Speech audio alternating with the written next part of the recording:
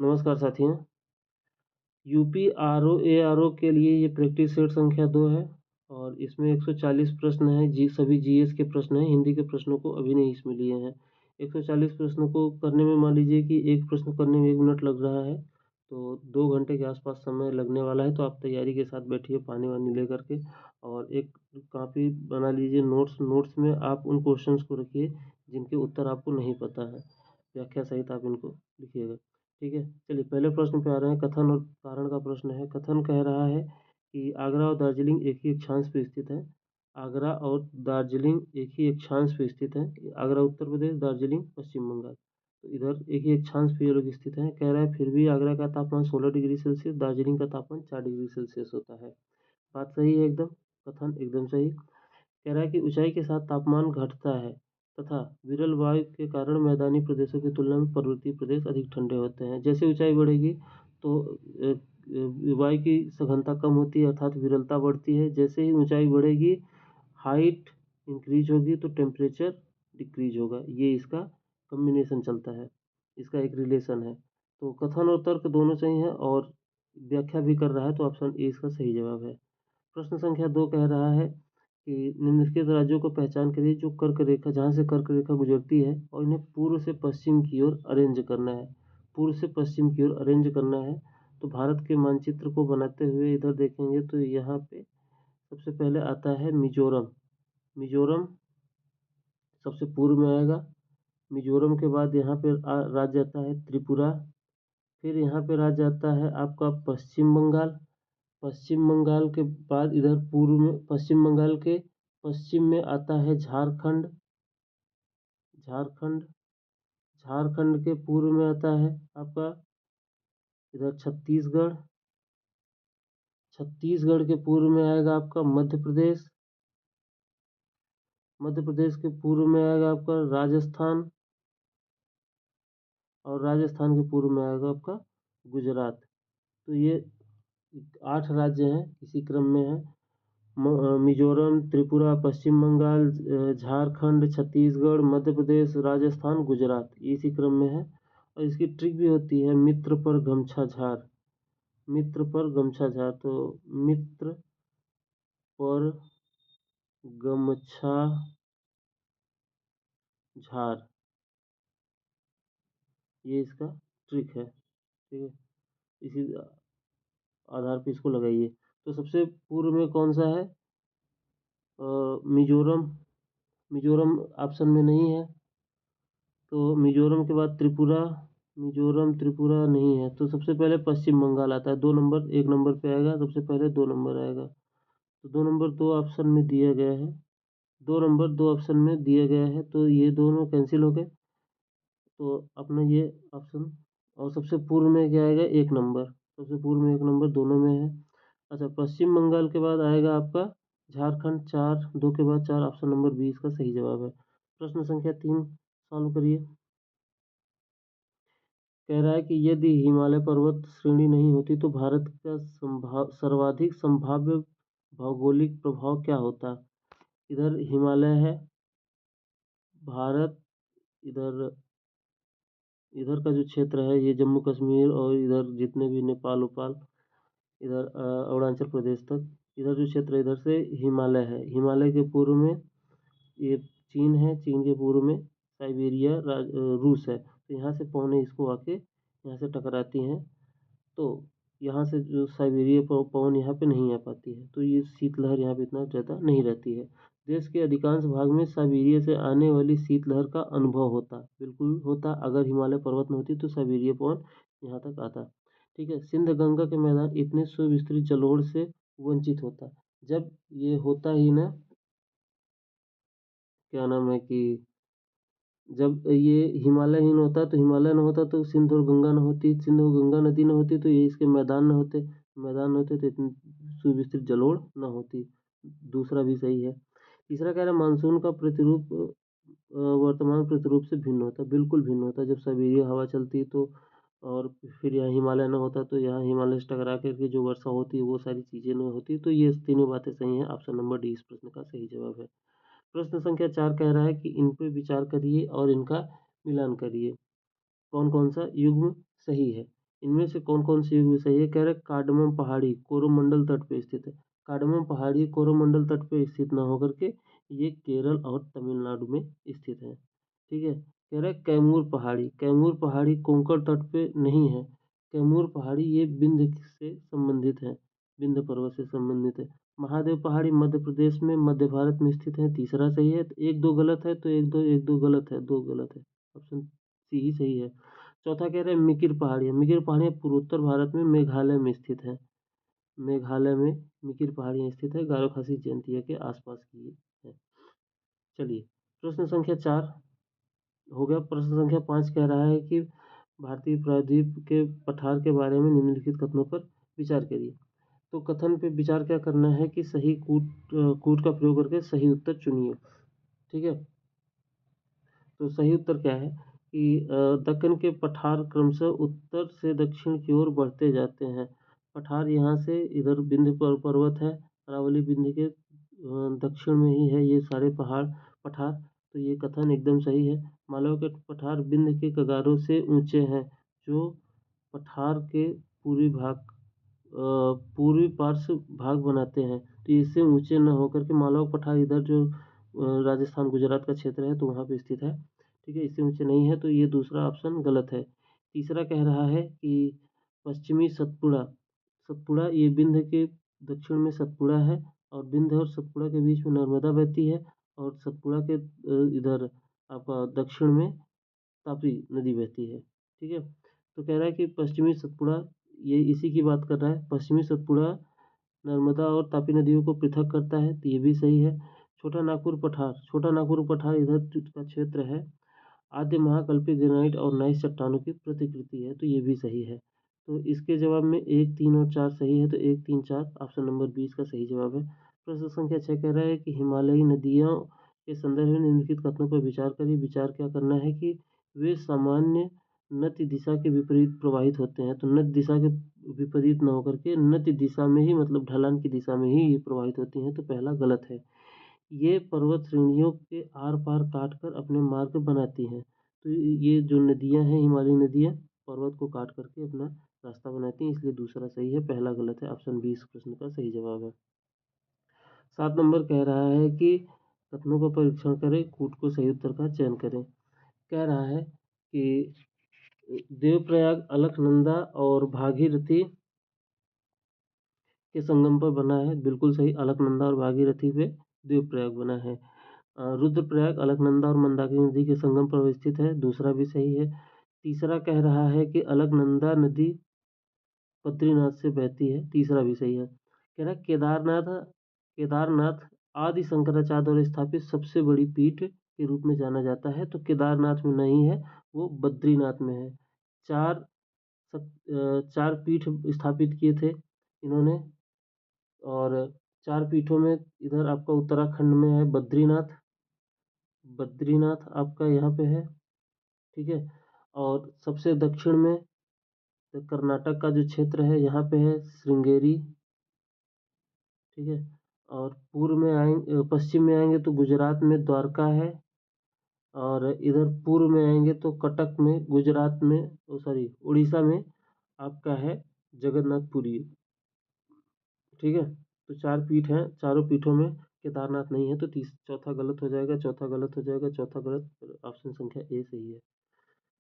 चलिए प्रश्न संख्या 8 कह रहा है कि इन नदियों को मिलान करिए, इनके किनारे स्थित इनकी सहायक नदियों को बताइए। तो गोदावरी की सहायक नदी कौन सी है? पेनगंगा। महानदी की सहायक नदी है शिवनाथ, और दामोदर की सहायक नदी है बराकर। कावेरी की सहायक नदी है भवानी। इस प्रकार से यहाँ पे ऑप्शन संख्या आपका बी जो है सही हो जाएगा, क्योंकि पहले का दो इसी में है। ठीक है। 9 नंबर का प्रश्न कह रहा है निम्नलिखित कथनों पर विचार करिए और सही उत्तर का चयन करिए। कथन कह रहा है कि हिमालय से निकलने वाली नदियाँ सतत वाहिनी नदियाँ हैं। कथन एकदम सही है। कह रहा है हिमालय नदियों का उद्गम स्रोत हिमानियों में स्थित होता है, इसी कारण ये सतत वाहिनी भी होती हैं। तो ए और आर दोनों सही हैं, और इसकी सही व्याख्या भी करता है, इसलिए ऑप्शन संख्या ए इसका सही जवाब है। 10 नंबर प्रश्न कह रहा है कि ये जो सागर पुलिन है ये किस राज्य में स्थित है, उनके बारे में बताना है। तो जैसे कि यहाँ पे लिखा है दीघा। दीघा कहाँ पे है? पश्चिम बंगाल में स्थित है। तो पहले को दूसरे से मिला देंगे। दीघा को हम मिलाएंगे पश्चिम बंगाल से। दूसरा आपका है गोपालपुर आंसी, ये कहाँ पे है? उड़ीसा में है। तीसरा कलांगुट, कलांगुट कहाँ पे है? गोवा में। मरीना, मरीना कहाँ पे है आपका? तमिलनाडु में। ठीक है, तो 2 3 4 1 ऑप्शन संख्या बी इसका सही जवाब हो जाएगा। प्रश्न संख्या 11 कह रहा है कि सूची का मिलान करिए। सूची का मिलान करने के लिए कह रहा है कि जुकू घाटी कहाँ पे स्थित है? जुकू घाटी आपका नागालैंड में स्थित है। ठीक है, दूसरा कह रहा है कि युथांग घाटी, युथांग घाटी कहाँ पे स्थित है? सिक्किम में। युथांग घाटी सिक्किम में स्थित है। न्योरा घाटी कहाँ पे स्थित है? तो न्योरा घाटी आपका पश्चिम बंगाल में स्थित है। और सांगला घाटी कहाँ पे? हिमाचल प्रदेश में। तो 2 3 4 1 नहीं, 3 2 4 1 ऑप्शन संख्या सी इसका सही जवाब है। 12 नंबर का प्रश्न कह रहा है कि पश्चिम से पूर्व के क्रम में इसको व्यवस्थित करना है। पश्चिम से पूर्व के क्रम में व्यवस्थित करना है। तो यहाँ पे हम देखते देखते चलेंगे कौन सा कहाँ पे स्थित है।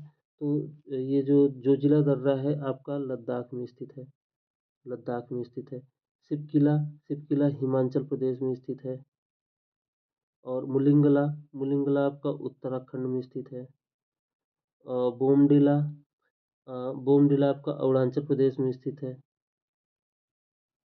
ठीक है, और जेलेपला, जेलेपला आपका सिक्किम में स्थित है। तो यहाँ से हम देखते हैं तो सिक्किम और जेलेपला, ये जे पाँचों, 5 पहले आएगा, 4 बाद में आएगा, क्योंकि अरुणाचल प्रदेश बाद में है, सिक्किम पहले है। तो 5 पहले 4 बाद में किसमें है, किसमें है? 5 पहले 4 बाद में इसमें, इसमें नहीं है। और सबसे पहले इधर आएगा आपका लद्दाख वाला जो जिला एक सबसे पहले आएगा, तो ऑप्शन संख्या डी इसका सही जवाब हो जाएगा। प्रश्न संख्या 13 कह रहा है कि मानसून का निवर्तन इंगित करता है।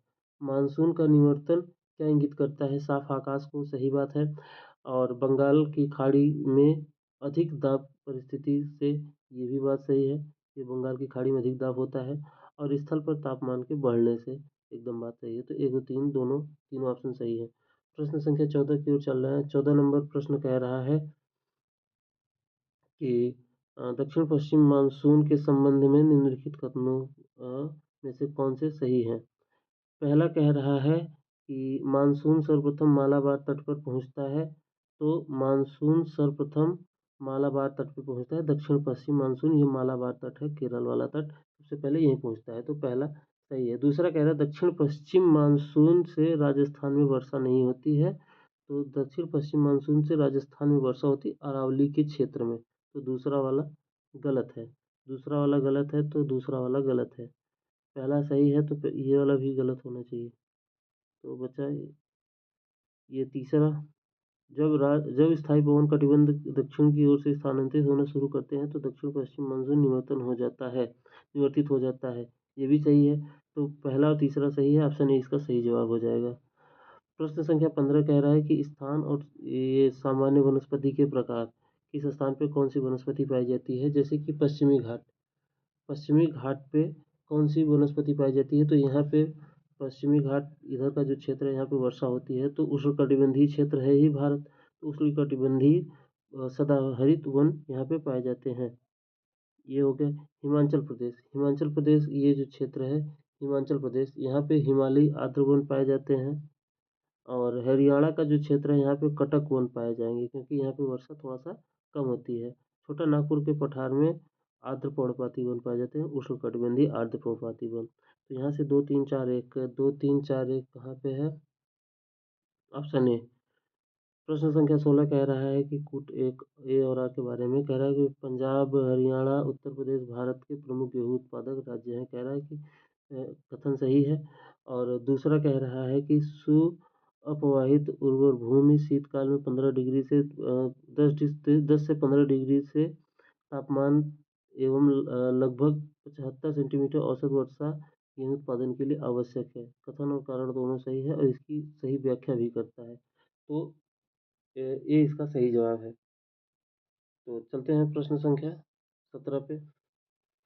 17 नंबर का प्रश्न कह रहा है कि मिलान करना है कौन सी फसल कब होती है। तो सूरजमुखी जो है, सूरजमुखी हमेशा ही होता है, सभी मौसम में ये होता है।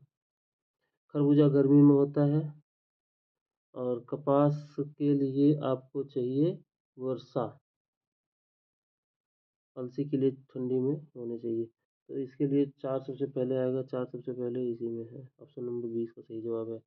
प्रश्न संख्या 18 कह रहा है, मिलान करना है कि पश्चिमी मैदानी क्षेत्र कहाँ पे स्थित है।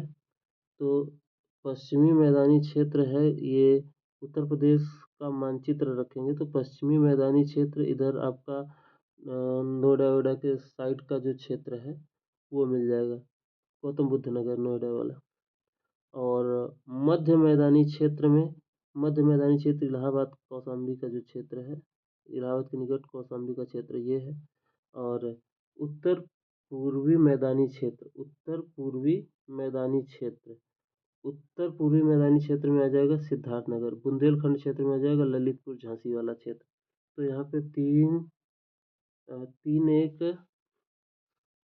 3 1 4 2 ऑप्शन डी इसका सही जवाब है। प्रश्न संख्या 19 कह रहा है कि स्थानांतरित कृषि ये जो नाम है किस राज्य में जाने जाते हैं इस प्रकार के नाम। तो जैसे कि कह रहा है पोंडू। पोंडू कहाँ पे जाना जाता है। तो पोंडू उड़ीसा और आंध्र प्रदेश में बोला जाता है। सही है। सम्मिलित नहीं है, कौन सा पूछा है इसमें। तो ये तो सही है। ये मासा मासा आपका बोला जाता है मध्य प्रदेश में। मासा है यहाँ पे हिमाचल प्रदेश ना होकर के मध्य प्रदेश होना चाहिए। और केरल में पूनम बोला जाता है और असम में झूम बोला जाता है। तो ऑप्शन बी इसका सही जवाब हो जाएगा। ठीक है। प्रश्न संख्या 20 पे चलते हैं। कह रहा है कि युग्मों पर विचार करिए और कौन से स्थान कहाँ पे स्थित है। तो जैसे कह रहा है कि आपका बीकानेर बीकानेर सुमेलित कौन सा नहीं है इसके बारे में पूछा है। तो बीकानेर जो है ये कजाकिस्तान में स्थित है। जैसे आपका ये रूस हो गया, रूस से कटा हुआ भाग है। यूएसएसआर का पहले भाग हुआ करता था कजाकिस्तान, जो कि अरल सागर के पास में स्थित है। तो यहाँ पे स्थित है बीकानेर, कजाकिस्तान में स्थित है, रूस में नहीं है। कोरू आपका फ्रेंच गुआना में है। French Guana in the sense दक्षिणी अमेरिका में, इधर गुआना, यहाँ पे फ्रेंच गुआना। अब बोरोबुदुर इंडोनेशिया में स्थित है। तो बोरोबुदुर इंडोनेशिया में ही स्थित है। इधर इधर देखेंगे भारत का मानचित्र, यहाँ से इधर जो इंडोनेशिया के क्षेत्र है यहाँ पे कई द्वीप हैं, द्वीपों का समूह है, 1000 से ज़्यादा द्वीप है यहाँ पे। यहाँ पे है आपका ऑस्ट्रेलिया। तो यहीं पे स्थित है इंडोनेशिया, बोरोबुदुर वहीं पे स्थित है। कोरू फ्रेंच गुआना में स्थित है, ये गलत है। ठीक है। कांस फ्रांस में स्थित है। कांस फ्रांस में स्थित है। ये मेडिटेरेनियन से भूमध्य सागर, यहाँ पे पुर्तगाल, स्पेन, यहाँ पे फ्रांस, फ्रांस में ही स्थित है। कांस कांस फेस्टिवल का नाम आप लोगों ने सुना होगा। तो ए वाला इसका सही जवाब हो जाएगा। प्रश्न संख्या 20 कह रहा है कि सुमेलित करिए देश और उसकी राजधानी। देश और उसकी राजधानी को सम्मिलित करिए। तो यहाँ पे जो ऑस्ट्रिया की राजधानी वियना है और स्लोवाकिया की राजधानी आपका ब्रातिस्लावा है। स्लोवेनिया की राजधानी आपका जुब्लिजाना है और क्रोएशिया की राजधानी जाग्रेब है। ठीक है। तो यहाँ से 4 सबसे पहले आएगा, 4 4 4, और 2 सबसे लास्ट में आएगा। ये दोनों फंसते हैं। और दूसरे का क्या है, 3, दूसरे का 3, ये ऑप्शन सी इसका सही जवाब है। चलिए। कह रहा है कि सुमेलित करना है, नियाग्रा जलप्रपात कहाँ पे स्थित है। तो नियाग्रा जलप्रपात न्यूयॉर्क में स्थित है। अमेरिका, ये अमेरिका के पूर्व में ही, अमेरिका में ही पूर्व में नियाग्रा जलप्रपात है। ये मैक्सिको की खाड़ी है या अमेरिका की खाड़ी, कुछ भी कहिए।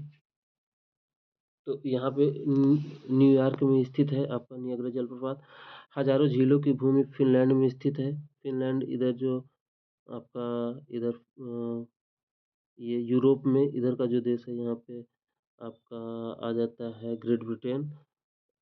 और यहीं पे जो देश हैं बाल्टिक देशों में स्थित है फिनलैंड। इसे झीलों की भूमि कहते हैं। एफिल टावर आपका पेरिस में स्थित है और विश्व की छठ पमीर की पठार को कहते हैं। इस प्रकार देखिए 4 सबसे पहले आएगा, 4 सबसे पहले इन दोनों में आता है। उसके बाद 3 आता है, तो ऑप्शन 20 का सही जवाब हो जाएगा। 23 नंबर प्रश्न कह रहा है कि किलिमंजारो कहाँ पे स्थित है। तो किलिमंजारो आपका स्थित है तंजानिया में। किलिमंजारो आपका कहाँ पे स्थित है? तंजानिया में। और टुबकल टुबकल मोरक्को में स्थित है। देखिए मैप बना दे रहा हूँ अफ्रीका का।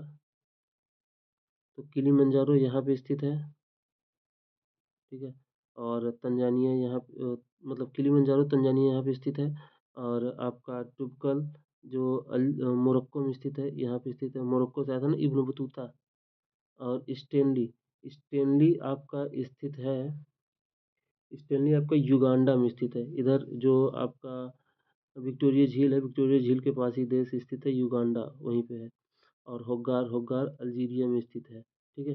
तो ये सारे देश इस तरीके से मैच हो जाएंगे। एक का तीन, एक का तीन, एक का तीन और दूसरे का एक। ऑप्शन डी इसका सही जवाब हो जाएगा। अगले प्रश्न पे चलते हैं। प्रश्न संख्या 24 कह रहा है कि पर्वत को मिलान करिए। जैसे कि कह रहा है कि इंडीज पर्वत क्या है, तो इंडीज पर्वत एक न्यू फोल्ड माउंटेन है। एप्लेसियन पर्वत क्या है, ये ओल्ड फोल्ड माउंटेन है। और विसुवियस विसुवियस आपका ज्वालामुखी पर्वत है। और कैटस्किल अवशिष्ट पर्वत है, ठीक है। तो यहाँ से दो एक तीन चार, दो एक चार तीन, दो एक चार तीन, दो एक चार तीन, ऑप्शन ए इसका सही जवाब हो जाएगा। प्रश्न संख्या 25 कह रहा है कि मिलान करना है। जिसे कह रहा है कि असामा असामा कहाँ पे स्थित है, तो ये जापान में एक सक्रिय ज्वालामुखी है। जापान में का एक सक्रिय ज्वालामुखी क्या है, असामा। और दूसरा कह रहा है क्राकाटोआ क्राकाटोआ कहाँ पे स्थित है, इंडोनेशिया में स्थित है। और ये कह रहा है लाकी लाकी कहाँ पे स्थित है, आइसलैंड में स्थित है। ताल ताल फिलीपींस में स्थित है।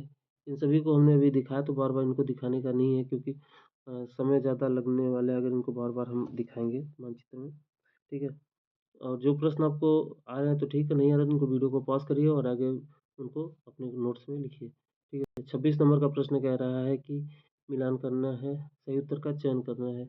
इनमें से क्या कह रहा है कि इन झीलों को अवरोही अवरोही मतलब घटते हुए क्रम में, आरोही मतलब बढ़ते हुए क्रम, अवरोही मतलब घटते हुए क्रम में इनको व्यवस्थित करना है। तो ये जो झीलें हैं, इनमें देखिए तो कौन कौन सा ह्यूरॉन है, सुपीरियर है, मिशिगन है, विक्टोरिया है। इन सभी झीलों में हमने बार बार बचपन से ही पढ़ते हुए चले हैं, सबसे बड़ी झील सुपीरियर है। सुपीरियर झील मतलब 3 नंबर सबसे आगे, 3 नंबर सबसे आगे, ठीक है। सुपीरियर झील कहाँ पे स्थित है, ये आपका उत्तरी अमेरिका हो गया। उत्तरी अमेरिका में ये हो गया अमेरिका, ये क्या नाम है कि इधर मेक्सिको, इधर यूएसए हो गया, इधर कनाडा हो गया। तो कनाडा में ही यहाँ पे 5 झीलें इस प्रकार से हैं। तो सबसे बड़ी झील सुपीरियर हो गई नंबर 1 पे। तो और दूसरे फिर यहाँ पे जो ऑप्शन दिए हुए हैं, सुपीरियर झील के बाद अपना ऑप्शन आ जाता है दूसरा विक्टोरिया झील। विक्टोरिया झील कहाँ पे स्थित है, अभी हमने बताया युगांडा के आसपास का जो क्षेत्र है, यहीं पे विक्टोरिया झील स्थित है। तो 4, ठीक है, दोनों ऑप्शन में है। अब कह रहा है ह्यूरॉन मिशिगन, इन दोनों में कन्फ्यूजन होने वाला है। ह्यूरॉन बड़ी है कि मिशिगन, तो ह्यूरॉन इसमें बड़ी है और मिशिगन छोटी है। तो मिशिगन दो बाद में आएगा, दो बाद में आएगा, तो दो बाद में इसमें आएगा। ऑप्शन ए इसका सही जवाब हो जाएगा, ठीक है। ह्यूरॉन बड़ी है, मिशिगन छोटी है। 27 नंबर प्रश्न कह रहा है कि इनमें विचार करना है कि कौन सी नदी पे कौन सा बांध स्थित है। तो आसमान बांध यहाँ पे दिख रहा है, और ये अ, आसान कर सकता है आपके क्वेश्चन को। सी का एक जो सही है, और सी का एक दो ऑप्शन में है, ठीक है। अब यहाँ पे जो यंगसी नदी पे स्थित है थ्री गार्जेस। यांगसी नदी पे थ्री गार्जेस। अच्छा, अपने पास तो दामोदर नदी भी है। दामोदर नदी पे स्थित कौन सा है, पांचेत हिल। तो बी का तीन इसमें न होकर के इसमें है, तो यहीं से मिल सकते हैं। और जाम्बेजी जो है ये करीबा पे स्थित है। करीबा मतलब कि जाम्बेजी नदी पे करीबा बांध स्थित है। तो इस प्रकार से ऑप्शन डी इसका सही जवाब है। यांगसी नदी पे थ्री गार्जेस, दामोदर नदी पे पंचायत हिल, और नील पे आसमान, और जाम्बेजी पे करीबा। चलिए, प्रश्न संख्या 28 कह रहा है कि सागर और अ, सागर से लगा हुआ क्षेत्र कौन सा है। सागर से लगा हुआ क्षेत्र, जैसे कि कह रहा है कि एड्रियाटिक सागर कहाँ पे स्थित है, जैसे इटली है। इटली के इधर का जो क्षेत्र है इसे एड्रियाटिक सागर कहते हैं। तो एड्रियाटिक सागर में कह रहा है कि कौन कौन से लगे हैं, कौन से नहीं लगे हैं। तो एड्रियाटिक सागर से अल्बानिया लगा हुआ है, ये बात सही है। एड्रियाटिक सागर से अल्बानिया लगा हुआ है, जबकि काला सागर से क्रोएशिया काला सागर से नहीं लगा, भूमध्य सागर से लगा हुआ है। क्रोएशिया कट जाएगा, ठीक है। और इधर आएंगे तो कैस्पियन सागर से कजाकिस्तान, ये बिल्कुल लगा हुआ है। भूमध्य सागर से मोरक्को, बिल्कुल ये भूमध्य सागर हो गया, यहाँ पे मोरक्को हो गया। अफ्रीका, इधर भूमध्य सागर, इधर मोरक्को, ये लगा हुआ है। तो सबसे पहले हम दो को काटते हैं, दो किसमें किसमें है, इसमें है, इसमें है, इसमें है। ऑप्शन बी अपने आप बच गया। लाल सागर सीरिया से लाल सागर नहीं लगा है, क्योंकि लाल सागर किधर है, सीरिया किधर है। इधर आपका जो सऊदी अरब वाला क्षेत्र है, ये जो अरब पेनिनसुला है, इसके दक्षिण में स्थित है। इधर आपका सऊदी अरब हो गया, और इधर क्या नाम है कि यमन ओमन जो देश है उधर हो गया, और मिस्र है इधर, और क्या नाम है आपका सोमालिया, ये सभी देश यहाँ से स्थित है। तो यहाँ से ऑप्शन नंबर 20 का सही जवाब हो जाएगा। 29 नंबर का प्रश्न कह रहा है कि भारत में जैविक कृषि के संदर्भ में निम्नलिखित कथनों पर आपका विचार करना है। इन कथनों पे क्या विचार करना है कि कह रहा है कि जैविक उत्पादन के लिए राष्ट्रीय कार्यक्रम, जिसे एनपीओजी जिसे एनपीओजी कहते हैं, केंद्रीय ग्रामीण विकास मंत्रालय के मार्गदर्शन एवं निर्देशन के अधीन कार्य करता है। एनपीओजी जो है ये क्या नाम है कि ग्रामीण विकास मंत्रालय के मार्गदर्शन और निर्देशन के अधीन कार्य नहीं करता है। तो एक गलत। दूसरा कह रहा है एनपीओजी के क्रियान्वयन के लिए कृषि एवं प्रसंस्करण खाद्य उत्पाद निर्यात विकास प्राधिकरण, जिसे एपीडा कहते हैं, के सचिवालय के रूप में कार्य करता है। तो कथन दूसरा भी सही है, दूसरा सही है, तो तीसरा अपने आप भी सही होगा, क्योंकि यही ऑप्शन बेस्ट है। सिक्किम भारत का ही नहीं, पूरे विश्व का पूरी तरीके से पहला पूरी तरीके से जैविक राज्य बन चुका है। तो 2-3 सही है। ऑप्शन बी इस प्रश्न का सही जवाब हो जाएगा। 30 नंबर का प्रश्न कह रहा है कथनों पर विचार करिए। कथन ये कह रहा है कि एक बायोम एक पारिस्थितिक तंत्र होता है। एक बायोम एक पारिस्थितिकी तंत्र होता है, बिल्कुल सही है। इसमें एक प्रदेश के जैव एवं अजैव दोनों तत्व सम्मिलित किए जाते हैं। तो ए और आर दोनों सही हैं, और इसकी सही व्याख्या भी करता है, इसलिए ऑप्शन ई इसका सही जवाब है। प्रश्न संख्या 31 कह रहा है कि जैव भंडारण और इनकी अवस्थिति कहाँ पे स्थित है। जैसे नोकरेक कहाँ पे स्थित है, ये मेघालय में स्थित है। नोकरेक आपका इधर मेघालय में स्थित है। नोकरेक मेघालय में स्थित है। मानस इधर असम में है। मानस असम में है। दिहांग दिबांग अरुणाचल प्रदेश में। अगस्त्यमलाई केरल में स्थित है। तो इसका हो जाएगा 3-2-4-1, 3-2-4-1, 3-2-4-1, ऑप्शन 20 का सही जवाब हो जाएगा। चलिए अगले प्रश्न की ओर चलते हैं। प्रश्न संख्या 32 है। 32 नंबर प्रश्न कह रहा है कि खाद्य जाल में विविधता वृद्धि जो है वो पारिस्थितिकी तंत्र की स्थिरता को बढ़ावा देता है। कथन एकदम सही है। आर कह रहा है कि वह पारिस्थितिक तंत्र की समुत्थान शक्ति को बढ़ाती है। कारण भी सही है। कथन और कारण दोनों सही है। कथन और कारण दोनों सही है, और यही कारण है जिसके कारण से ये प्रभावित होता है। ठीक है, तो ए और आर दोनों सही, इसकी सही व्याख्या भी करता है। 33 नंबर प्रश्न कह रहा है कि कथन और कारण का प्रश्न है। एरोसॉल एरोसॉल क्या होता है? धूल, वो जो वायुमंडल में जो धूल के कण होते हैं, मिट्टी के कण होते हैं, राख के कण होते हैं, ये सभी जो होते हैं तो उसे ही एरोसॉल कहते हैं। जलवायु परिवर्तन करने की क्षमता रखते हैं। कथन एकदम सही है। एरोसॉल लघु तरंग एवं अरक्त विकिरणों को अन्योन्य अन्योन्य क्रिया करते हैं, दोनों सही है। लेकिन क्या इसी कारण से वो इनमें परिवर्तन करने की क्षमता रखते हैं? नहीं। तो इसलिए जो स्पष्टीकरण नहीं है, लेकिन दोनों बातें सही है। 34 नंबर का प्रश्न कह रहा है कि निम्नलिखित कृषि पद्धतियों पर विचार करिए। निम्नलिखित कृषि पद्धतियों पर विचार करिए, और कह रहा है कि वैश्विक जलवायु परिवर्तन के संदर्भ में उपर्युक्त में से कौन सा या कौन सी मृदा में कार्बन प्रच्छादन संग्रहण में सहायक है? तो इनमें कौन से सहायक है?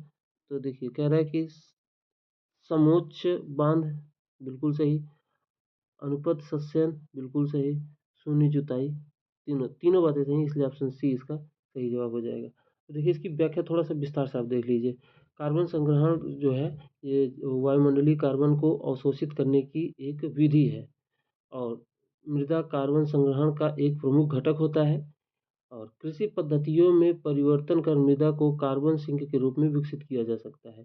शून्य जुताई जो है, शून्य जुताई में फसलोत्पादन के लिए मृदा से छेड़छाड़ कम होती है, ठीक है। इसके अंतर्गत मल्चिंग को भी शामिल किया जाता है, जिसके तहत क्या होता है कि फसल के अवशेषों को खेत में ही ये पूरा फैला दिया जाता है, पूरे खेत में इसको फैला दिया जाता है। इस प्रक्रिया यह जो प्रक्रिया है मृदा के ऊपरी भाग में कार्बन की मात्रा को बढ़ावा देती है तथा जल के अपरदन को कम करती है।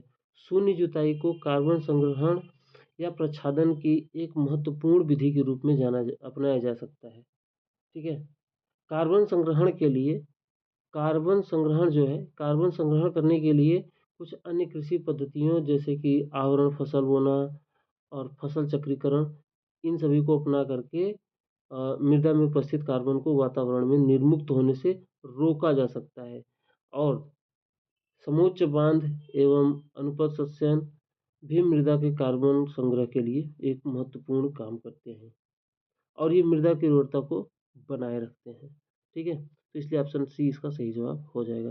प्रश्न संख्या 35 की ओर चल रहा है। 35 नंबर प्रश्न कह रहा है कि मिलाने का प्रश्न है और देखिए यहाँ पे पहला शब्द कर रहा है क्रायो प्रिजर्वेशन। क्रायो जहाँ शब्द है वहाँ पे न्यूनतम तापमान की बात किया जाएगा, तो बहुत ही कम तापमान पर भंडारण 1 का 3 1 का 3 यहीं से मिल गया। भूकंप का अधिकेंद्र होता है और जैव संरक्षण क्या होता है कि विशिष्ट वर्ग का संरक्षण डाटा बुक में संगठनापन्न प्रजातियों का अभिलेख होता है। 36 नंबर के प्रश्न कह रहा है कि अ, अधिकारी और प्राचीन काल के जो अधिकारी थे इनका काम क्या हुआ करता था। जैसे ये कह रहा है तलार, तलार का काम क्या होता था कि ये रात्रि सुरक्षा कर्मियों का अधिकारी हुआ करता था तलार। दूसरा कह रहा है पत्तकोट, पत्तकोल जो है, पत्तकोल क्या होता है कि ग्रामीण कर वसूल करने वाला अधिकारी होता है। सहसाधिपति, सहसाधिपति क्या होता है चोरी डकैती के मुकदमे का अधिकारी होता है और बलाधिप चुंगी का सुरक्षक होता है, ठीक है। तो 1 का 3 1 का 3 1 का 3 ये सही ऑप्शन है, इसका सही जवाब है। 37 नंबर प्रश्न कह रहा है कि हड़प्पा सब स्थल और इनके आधुनिक नाम के रूप में इनको मैच करना है। ये जो जगह है इनको मैच करना है। तो जैसे पहला दिया है धौलावीरा। धौलावीरा क्या है, ये एक टापू हुआ करता था गुजरात में, गुजरात में धौलावीरा जहाँ से कुआं वुआं भी अपना मिला है। राखी गढ़ी कहाँ पे हिसार में स्थित है, राखी गढ़ी हिसार में स्थित है और भिरराना, भिरराना हरियाणा में स्थित है और भोगवा सौराष्ट्र में स्थित है। तो यहाँ से देखिए तो 1 का 3 और 2 का राखी गढ़ी का 2, तो ऑप्शन सी इस प्रश्न का सही जवाब हो जाएगा। चलिए प्रश्न संख्या 37 की ओर चल रहा है और 37 यही था ना, 38, 38 नंबर प्रश्न की ओर चल रहा है। 38 नंबर प्रश्न कह रहा है जैन साहित्य के बारे में निम्नलिखित कथनों पर विचार करिए और विचार क्या करना है कि कौन से कथन सही है। तो कह रहा है कि जैनों के पवित्र जो ग्रंथ है, जैनों के पवित्र ग्रंथ सिद्धांत और आगम के रूप में जाने जाते हैं, कथन एकदम सही है। दूसरा कह रहा है कि आद्यतन जैन ग्रंथों की भाषा पाली की एक पूर्वी बोली है जिसे अर्धमागधी कहते हैं, ये गलत है। ये बात जो है वो गलत है क्योंकि ये जो जैन ग्रंथों की भाषा पाली जो है ये पूर्वी बोली की अर्धमागधी नहीं है। अर्धमागधी में क्या होता है कि मागधी और इसमें एक भाषा और मिलती है जिसे कहते हैं सौरसैनी, सौरसैनी, ये दोनों भाषाएं मिलकर अर्धमागधी बनाती हैं, ठीक है। तो एक सही है दूसरा गलत है, इसलिए ऑप्शन ए इसका सही जवाब हो जाएगा। 39 नंबर का प्रश्न कर रहा है कि निम्नलिखित मगध राजवंशों को कालक्रम के अनुसार इनको व्यवस्थित करना है। तो नंद वंश, शुंग वंश, मौर्य वंश, हर्यक वंश। सबसे पहले हर्यक वंश आएगा तो ऑप्शन में यहाँ पे डी इसका सही जवाब हो जाएगा और सबसे बाद में शुंग वंश आएगा, ठीक है, क्योंकि हर्यक वंश, नंद वंश, मौर्य वंश और शुंग वंश ये क्रम यहाँ पे रहता है। 40 नंबर के प्रश्न पे चलते हैं। 40 नंबर प्रश्न कह रहा है कि महमूद गजनवी ने भारत पे 17 बार आक्रमण किया। बात एकदम सही है। 17 बार इसने आक्रमण किए थे 1027 तक। 1000 से लेकर के 1027 तक इसने 17 बार आक्रमण किए थे। वह भारत में स्थायी मुस्लिम शासन की स्थापना करना चाहता था, ये नहीं करना चाहता था। वो चाहता था लूट के चला जाता था। तो ए सही है, आर गलत है। ऑप्शन सी इसका सही जवाब है। 41 नंबर का प्रश्न कह रहा है कि शासक और इनकी रियासत का मैच करना है। जैसे देवगिरी का शासक कौन था? देवगिरी का शासक था रामचंद्र देव। रामचंद्र देव इसका शासक था। ठीक है। वारंगल कौन सा सुमेलित नहीं है? अच्छा अच्छा अच्छा। कौन सा सुमेलित नहीं है? तो देवगिरी का शासक रामचंद्र देव, शंकर देव दोनों हुआ करते थे। और वारंगल का शासक कौन था? ये रुद्र प्रताप करके एक देव था, प्रताप रुद्र देव। रुद्र देव ये था। ठीक है। होयसल होयसल का शासक था तो वीर भल्लाल, ये भी सही है। और मदुरा का शासक होता था वीर पांडे। तो ये सही, बाकी यही वाला गलत है। ठीक है। जो कि वारंगल का शासक रामचंद्र देव ने होकर के अपना प्रताप रुद्र देव था। मिलान करना है यहाँ पे आदिल शाही राजवंश। आदिल शाही का जो शासन था कहाँ पे था? आदिल शाही का शासन था बीजापुर, निजाम शाही अहमदनगर, इमाद शाही बरार और कुतुब शाही गोलकुंडा। तो 2 1 3 4 ऑप्शन डी इसका सही जवाब है। अगला प्रश्न 43 नंबर का प्रश्न कर रहा है सूफी संतों को कालक्रम के अनुसार पे व्यवस्थित करना है। तो सबसे पहले जो सूफी संत का नाम दिया है वो है नसीरुद्दीन चिराग ए दिल्ली। नसीरुद्दीन चिराग ए दिल्ली का जो समय काल था 1274 से लेकर के इनका समय काल था 1356 तक। ठीक है। शेख मोइनुद्दीन चिश्ती। शेख मोइनुद्दीन चिश्ती का जो समय काल है 1143 से लेकर के 1236। बाबा फरीद इनका समय काल है 1175 से लेकर के 1265 तक। निजामुद्दीन औलिया इनका समय काल है 1236 से लेकर के 1325। तो सबसे पहले यहाँ पे जो समय काल है इनका है शेख निजामुद्दीन और चिश्ती, दूसरा पहले पे आ जाएगा। ठीक है। फिर आ जाता है तीसरा बाबा फरीद। सबसे पहले शेख निजामुद्दीन चिश्ती, फिर बाबा फरीद, फिर निजामुद्दीन औलिया, सबसे बाद में नसीरुद्दीन चिरागे दिल्ली। 44 नंबर के प्रश्न पे चलते हैं। 44 नंबर प्रश्न 44 कह रहा है कि भारत में पुर्तगालियों के संबंध में निम्नलिखित कौन से कथन सही है? कह रहा है कि इन कथनों में विचार करना है कि कौन से सही हैं। तो इसमें देखिए 16वीं शताब्दी के में पूर्वी व्यापार पर उनका एकाधिकार था, क्योंकि यहाँ पे देखिए भूमध्य सागर के यहाँ पे पुर्तगाल, यहाँ पे स्पेन। तो पुर्तगाल के तुलना में ये जो भारत है वो पूर्व में था, तो इनका एकाधिकार था। कथन एकदम सही है। दूसरा कह रहा है प्रारंभ में उनका बम्बई पर स्वामित्व था, तो उनका बम्बई पे स्वामित्व भी था, ये भी बात सही है। और अगला स्टेटमेंट कह रहा है कि उनके पास कोचीन, दीव और दमन में व्यापारिक बस्तियां थी, तीसरा भी सही है। 1 2 3 तीनों बातें सही है। तो ऑप्शन इसका सही जवाब हो जाएगा। 45 नंबर प्रश्न कह रहा है कि कथन पर विचार करिए कौन से कथन सही है, इनका चयन करना है। तो कह रहा बक्सर की लड़ाई में अंग्रेजों को भारत में अपना राज्य स्थापित करने की कुंजी मिल गई थी। बक्सर का युद्ध कब है? 1764 ईस्वी में। ठीक है।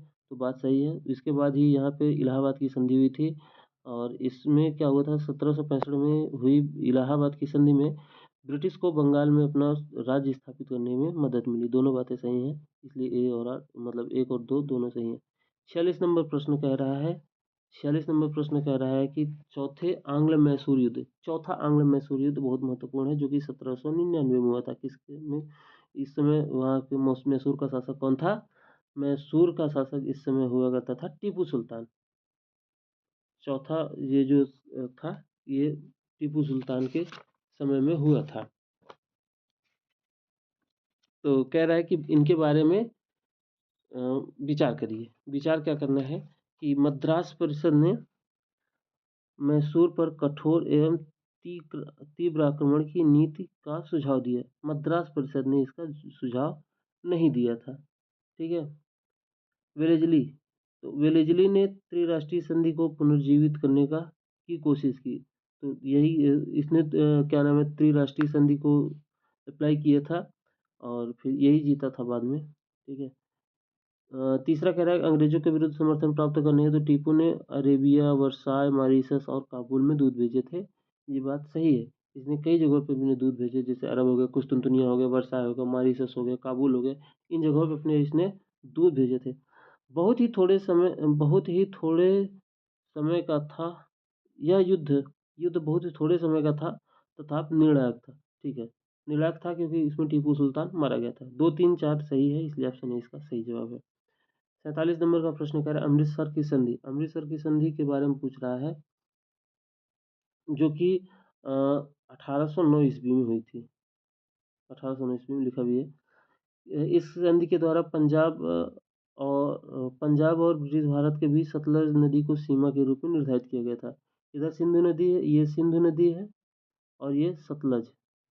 तो ये इस संधि के द्वारा ये निर्धारित किया गया कि अब जो राजा रणजीत सिंह है, ये सतलज के पूर्व में नहीं आएंगे। तो ये निर्धारित हो गया सीमा। बात सही है। दूसरा कह रहा है इस संधि के बाद महाराजा रणजीत सिंह जम्मू, मुल्तान, कश्मीर की ओर अपने अधिकार क्षेत्र में मिला लेने में समर्थ हुए, क्योंकि अब इधर इनको आना नहीं, इधर से निश्चिंत हो गए और अब अपना दूसरे दूसरे क्षेत्र में कश्मीर हो गया, इधर अपना मुल्तान मुल्तान को जो भी क्षेत्र था इधर अपना विजिट करने में लग गए थे। तो एक और दो दोनों सही है, इसलिए ऑप्शन संख्या सी इसका सही जवाब है। 48 नंबर प्रश्न की ओर चल रहे हैं। 48 नंबर प्रश्न कह रहा है कि ये जो आयोग है इनके अध्यक्ष कौन कौन थे। जैसे कि पहला कह रहा है कि रेलवे आयोग। तो रेलवे आयोग के अध्यक्ष कौन थे, रॉबर्टसन हुआ करते थे। रॉबर्टसन इसके अध्यक्ष हुआ करते थे पहले के, है ना। दूसरा कह रहे हैं अकाल आयोग। अकाल आयोग का अध्यक्ष कौन हुआ करता था, मैकडोनल्ड। अकाल आयोग मैकडोनल्ड। तीसरा कह रहे हैं सिंचाई आयोग। सिंचाई आयोग का अध्यक्ष कौन था, मानक्रीफ। सिंचाई आयोग का मानक्रीफ। पुलिस सुधार आयोग जो था एंड्रू फ्रेजर था। एंड्रूज फ्रेजर था। तो ये जो है चार पहले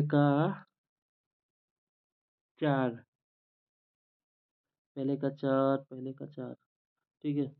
अब दूसरे का एक, ऑप्शन सी इसका सही जवाब है, ठीक है।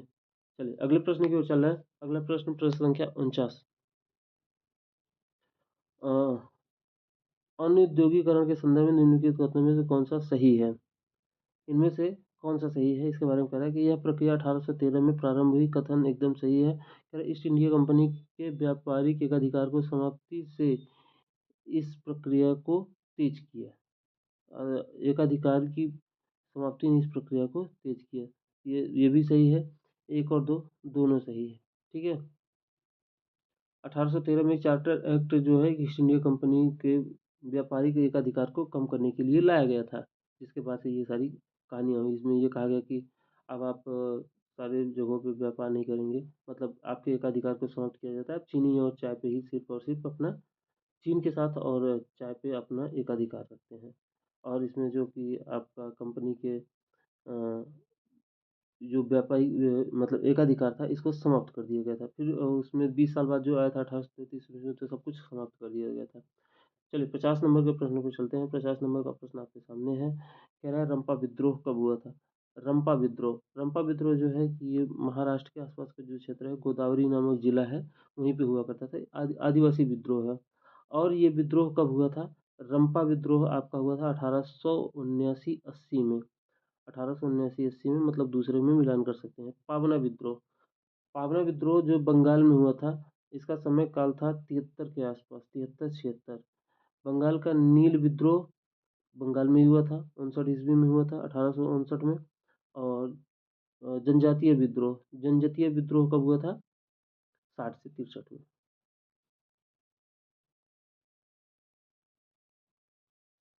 2143, 2143, 2143, 2134, 2134 होना चाहिए, ठीक है। ऑप्शन ए इसका सही जवाब है। चलिए 51 नंबर का प्रश्न कह रहा है कि बख्त खां कहाँ से संबंधित था। तो बख्त खां दिल्ली से संबंधित था।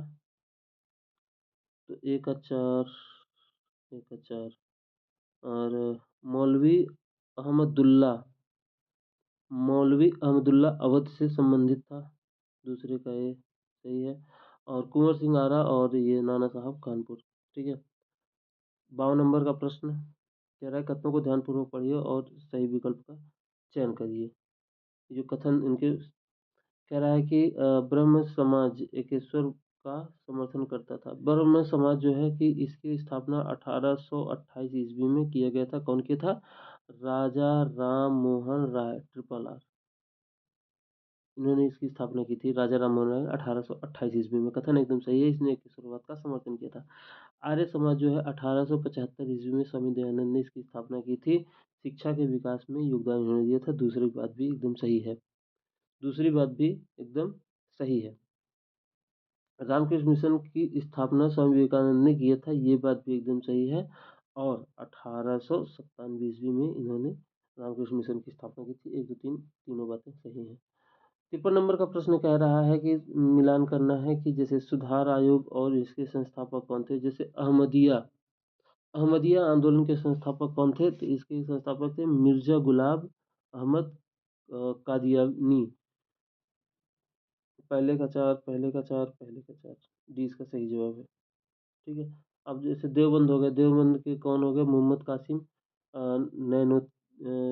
कासिम नैनोतवी, ठीक है। मैं इसको लिख मिला नहीं रहा हूँ क्योंकि सब घांच पहुँच हो जाएगा, ठीक है। इसमें तो पहले का ये हो गया और इसका दूसरे का हो गया। तीसरा जो है कि नदवत अल उलेमा आंदोलन, इसके थे संस्थापक शिबली नुमानी, तीसरा ये हो गया। और अहल ए दईथ आंदोलन, इसके थे वली उल्लाह, ठीक है। ये क्रम है। 54 नंबर का प्रश्न कह रहा है कि कथन कह रहा है कि बंगाल की एशियाटिक सोसाइटी की स्थापना वारेन हेस्टिंग के काल में हुई थी। बात सही है, 1784 ईस्वी में। सर विलियम जोन्स के पक्ष में उक्त विद्वत संस्था की अध्यक्षता का प्रस्ताव अस्वीकार कर दिया था। तो ये जो इसने अस्वीकार नहीं किया था, किया था, इसने अस्वीकार कर दिया था। 1784 में विलियम जोन्स ने इसकी स्थापना की थी, अस्वीकार कर दिया था। हालांकि ये जो था, इसने ये स्वयं विद्वान था और ये प्राच्य विद्या का प्रखर समर्थक था। ये जो है प्राच्य विद्या का प्रखर समर्थक भी था, जो संस्कृत, फारसी व अरबी के अध्ययन को प्रोत्साहित करता था। दोनों बातें सही हैं, लेकिन ये इसके कारण हुआ, ये बात गलत है। ऑप्शन ए बी इसका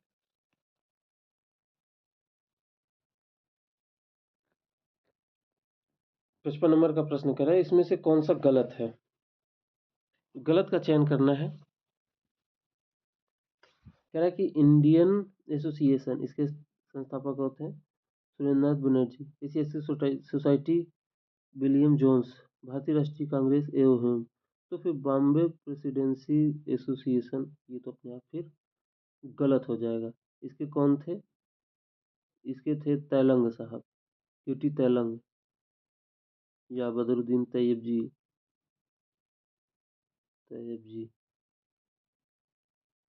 और एक लोग और थे फिरोज शाह मेहता, तीनों, ठीक है।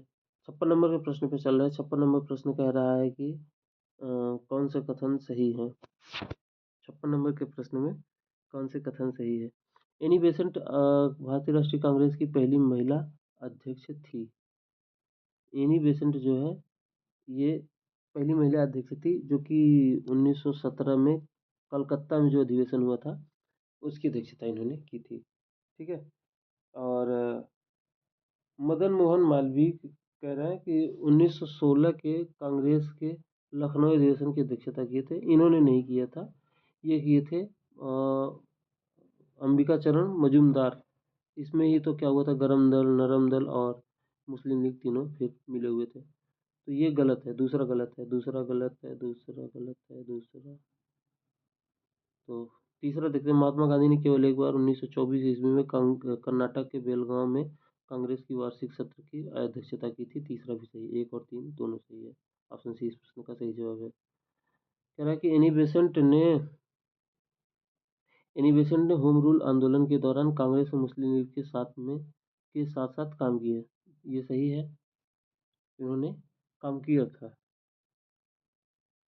कह रहा है कि एनी बेसेंट ने महसूस किया कि होम रूल लीग आंदोलन के लिए आम जनता का समर्थन पाना आवश्यक है।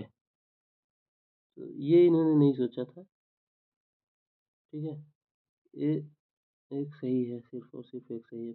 ऑप्शन सी इस प्रश्न का सही जवाब है। ठीक है, 58 नंबर के प्रश्न पे चलते हैं। 58 नंबर का प्रश्न,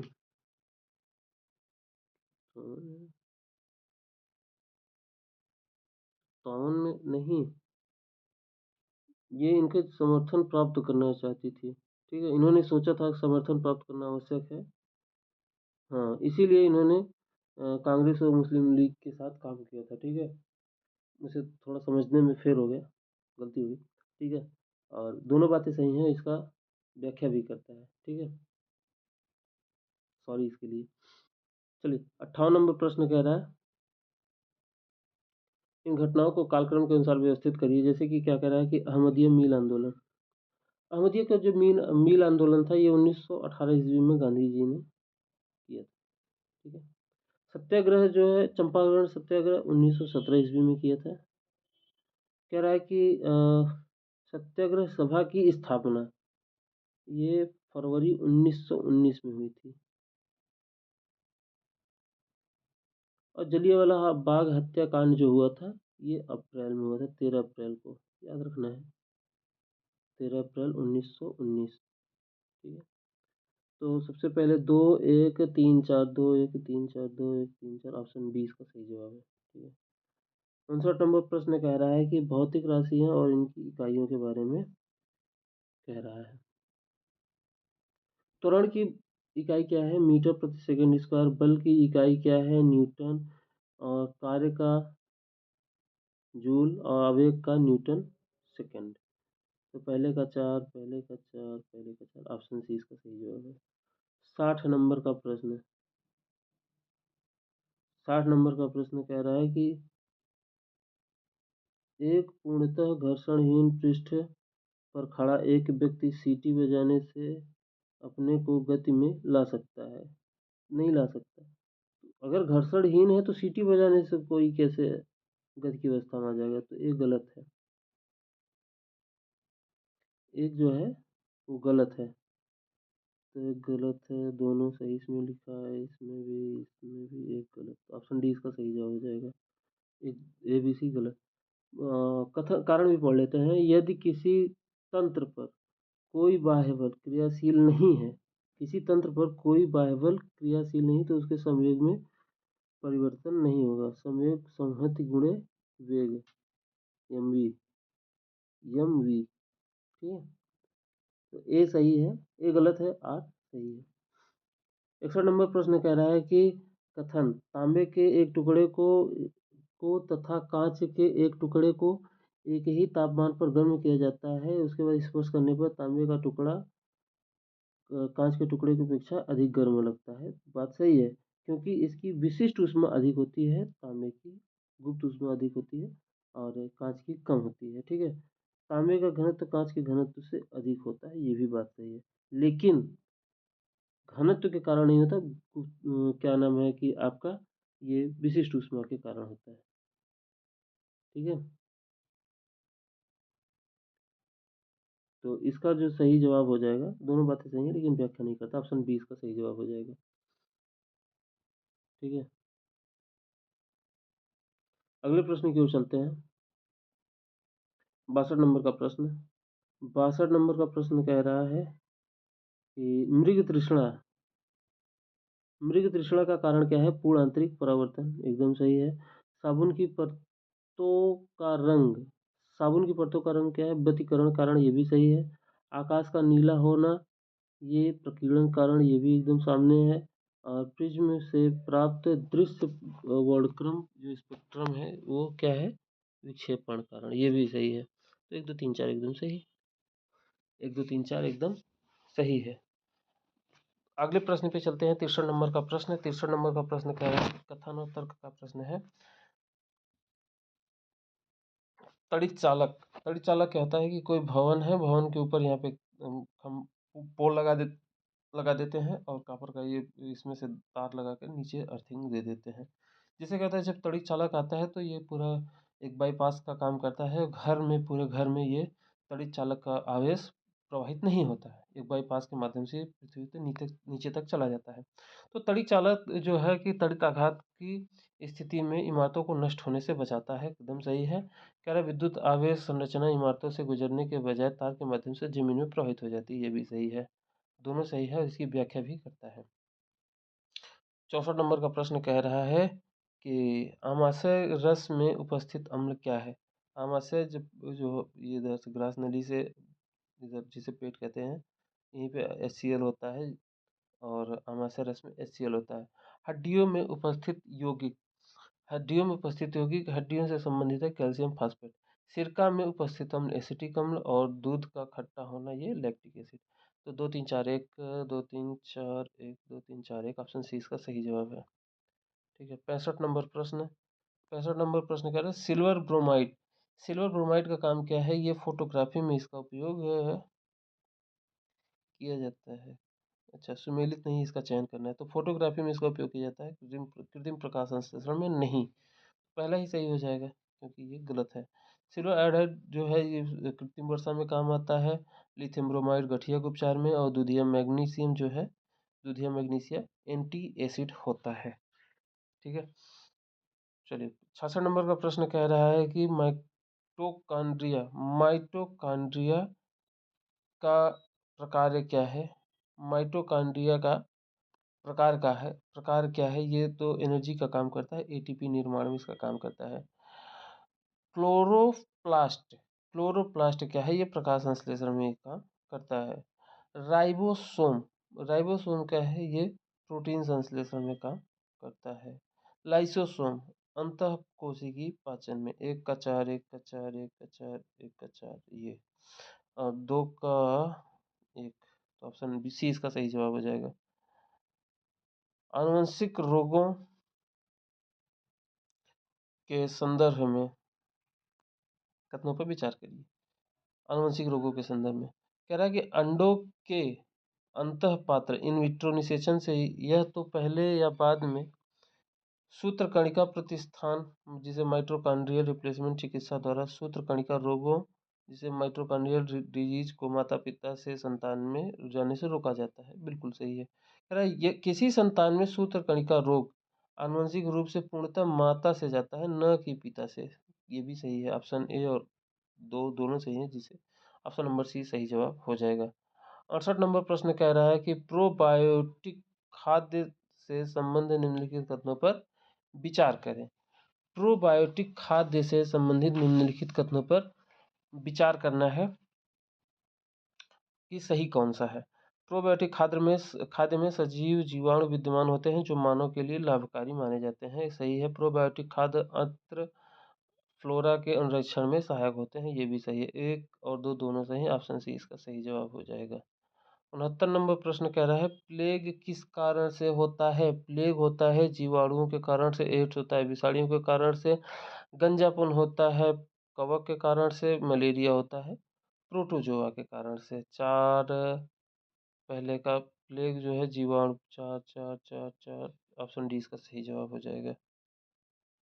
ऑप्शन डी इसका सही जवाब हो जाएगा। 70 नंबर प्रश्न कह रहा है कोशिका का प्रकार, इसका कार्य क्या है?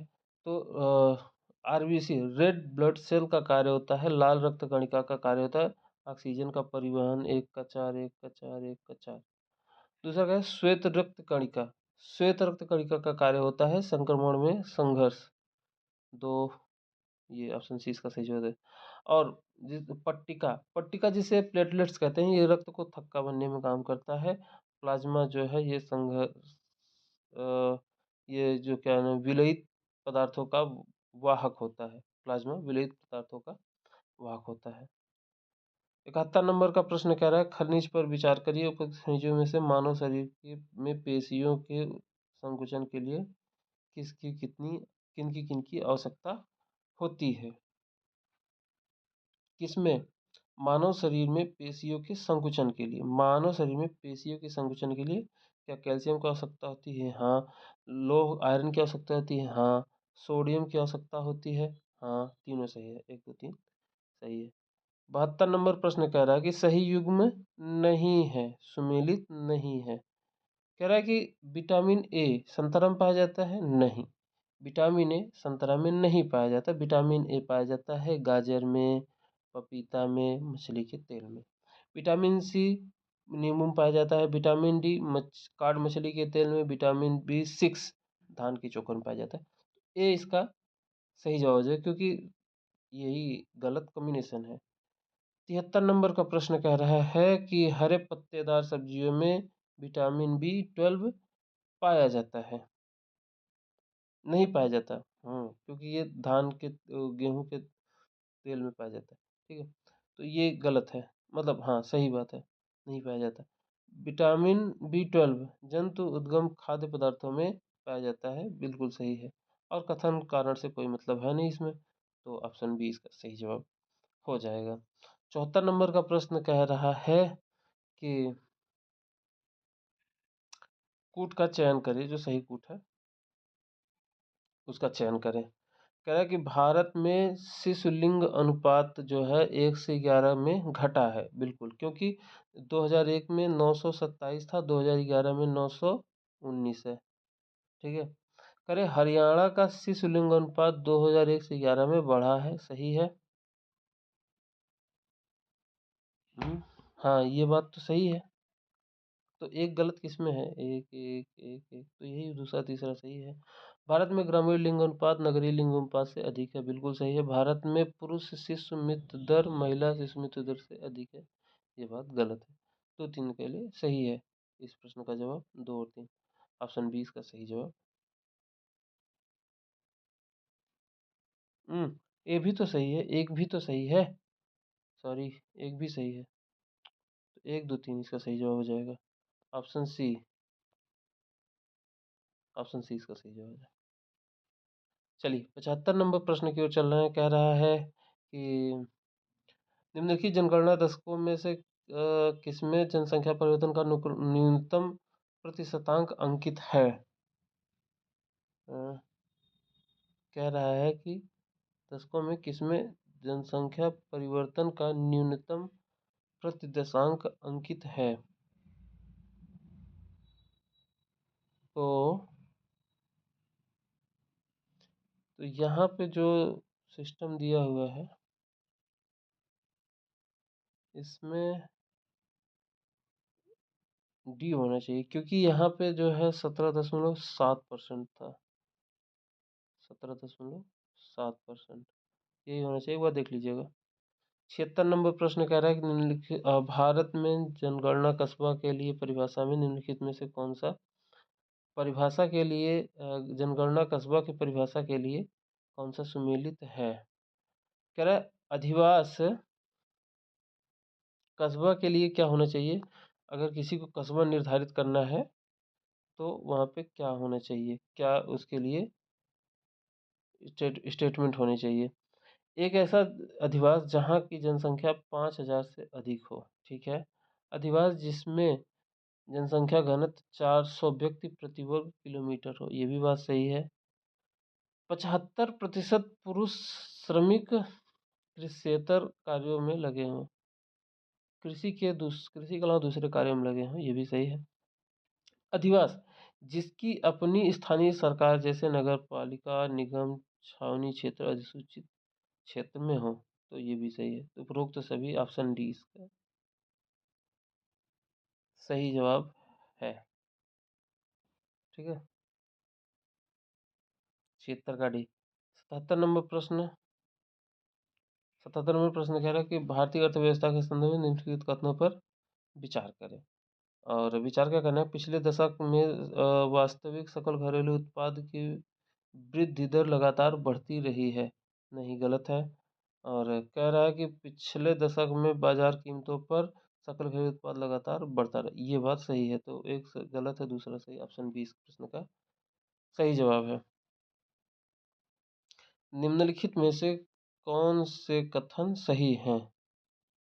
निम्नलिखित में से कौन सा या कौन से कथन सही हैं? कह रहा है कि यदि एक देश को इसके प्रति व्यक्ति जीडीपी में वृद्धि का अनुभव हो रहा हो तो उसकी जीडीपी आवश्यक रूप से बढ़ रही होगी। ये बात सही है। दूसरा कह रहा है कि यदि एक देश ऋणात्मक स्फीति का अनुभव कर रहा हो तो उसकी जीडीपी घट रही होती है। ऋणात्मक स्फीति ऋणात्मक स्फीति से घट रही होगी, ये कंफर्म नहीं हो सकता है। ऋणात्मक स्फीति से जीडीपी घट रही होगी, ये बात निश्चित नहीं है। तो ये गलत है, ऑप्शन ए इसका सही जवाब है। अगला प्रश्न है, भारत में दालों की कमी है। भारत में दालों की कमी है किंतु प्रोटीन की नहीं। सही है। दाल की मांग की वरीयता है, ये भी सही है। लेकिन इसकी व्याख्या नहीं करता है, इसलिए बी इसका सही जवाब हो जाएगा। अगला प्रश्न 80, विचार करिए, कालक्रम के अनुसार व्यवस्थित करिए। अब कालक्रम के अनुसार पे व्यवस्थित करने में देखिए, क्षेत्रीय यहाँ पे नाबार्ड की स्थापना सबसे पहले दिया है, तो नाबार्ड की स्थापना हुई थी 82 में, 1982 में। सेल्फ हेल्प ग्रुप का बैंक लिंकेज कार्यक्रम ये हुआ था, सिर्फ स्वयं सहायता समूह का बैंक लिंकेज कार्यक्रम 1992 में। अब कह रहा है किसान क्रेडिट कार्ड योजना ये हुई थी 1998 में। क्षेत्रीय ग्रामीण बैंक की स्थापना ये हुई थी 75 में। तो 75 सबसे पहले है, 4 नंबर सबसे आगे होगा, 4 नंबर सबसे आगे होगा। 75 के बाद आता है 82, फिर 1 नंबर, 4 के बाद 1 नंबर। ऑप्शन ए इसका सही जवाब है। चलिए अगला प्रश्न कह रहा है मेक इन इंडिया कार्यक्रम के बारे में ये बात पूछ रहा है। मेक इन इंडिया कार्यक्रम के संदर्भ में विचार करिए। मेक इन इंडिया कार्यक्रम 2014 में शुरू किया गया। मेक इन इंडिया कार्यक्रम 2014 में शुरू किया, ये सही बात है। इसका उद्देश्य निवेश को सुगम बनाना तथा नए प्रयोगों को बढ़ावा देना है, ये भी बात सही है। 1 और 2 दोनों सही, ऑप्शन बी इसका सही जवाब है। 81 नंबर प्रश्न कह रहा है भारत के संदर्भ में निम्नलिखित कथनों पर विचार करिए। और विचार करने के बाद कह रहे हैं उपरयुक्त में से किस या किनको भारत में वित्तीय समावेशन प्राप्त करने के लिए उठाए गए कदमों के रूप में माना जा सकता है। वित्तीय समावेशन मतलब कि पैसे को इकट्ठा करने के क्रम में इसे माना जा सकता है। बैंकों के राष्ट्रीयकरण को, बैंकों के राष्ट्रीयकरण के द्वारा क्या वित्तीय समावेशन हुआ? बिल्कुल सही हुआ। क्षेत्रीय ग्रामीण बैंकों के गठन के द्वारा वित्तीय समावेशन हुआ, सही हुआ, क्योंकि क्षेत्रीय ग्रामीण बैंकों ने ही गांव में बैंक की स्थापना की, जिससे कि लोग पैसा बैंकों में जमा करने लगे। तीसरा कह रहा है बैंक संख्या शाखाओं द्वारा गांव को अपनाना क्या इसके द्वारा हुआ? ये भी बात सही है। तो 1 2 3 सारी बातें सही है। ऑप्शन डी इसका सही जवाब है। प्रश्न संख्या 83, रिजर्व बैंक ऑफ इंडिया के निम्नलिखित गवर्नरों पर विचार करिए, उन्हें कालक्रमानुसार व्यवस्थित करिए। कौन से गवर्नर कब के थे? ये सभी प्रश्न बड़े कठिन प्रश्न होते हैं। इन सभी प्रश्नों को करना कठिन होता है, क्योंकि ये जो गवर्नर पे विचार करना, गवर्नर कब कौन थे, हालांकि आया है प्रश्न तो इसको करेंगे ही। जैसे कि डॉक्टर सी रंगराजन का समय था 92 से 97, 92 से 97, 92 लिख दे रहा हूँ, ज़्यादा नहीं, 92। दूसरा कह रहा है कि आईजी पटेल, आईजी पटेल ये था, इनका समय काल 77। D Subba Rao, D Subba Rao 2008।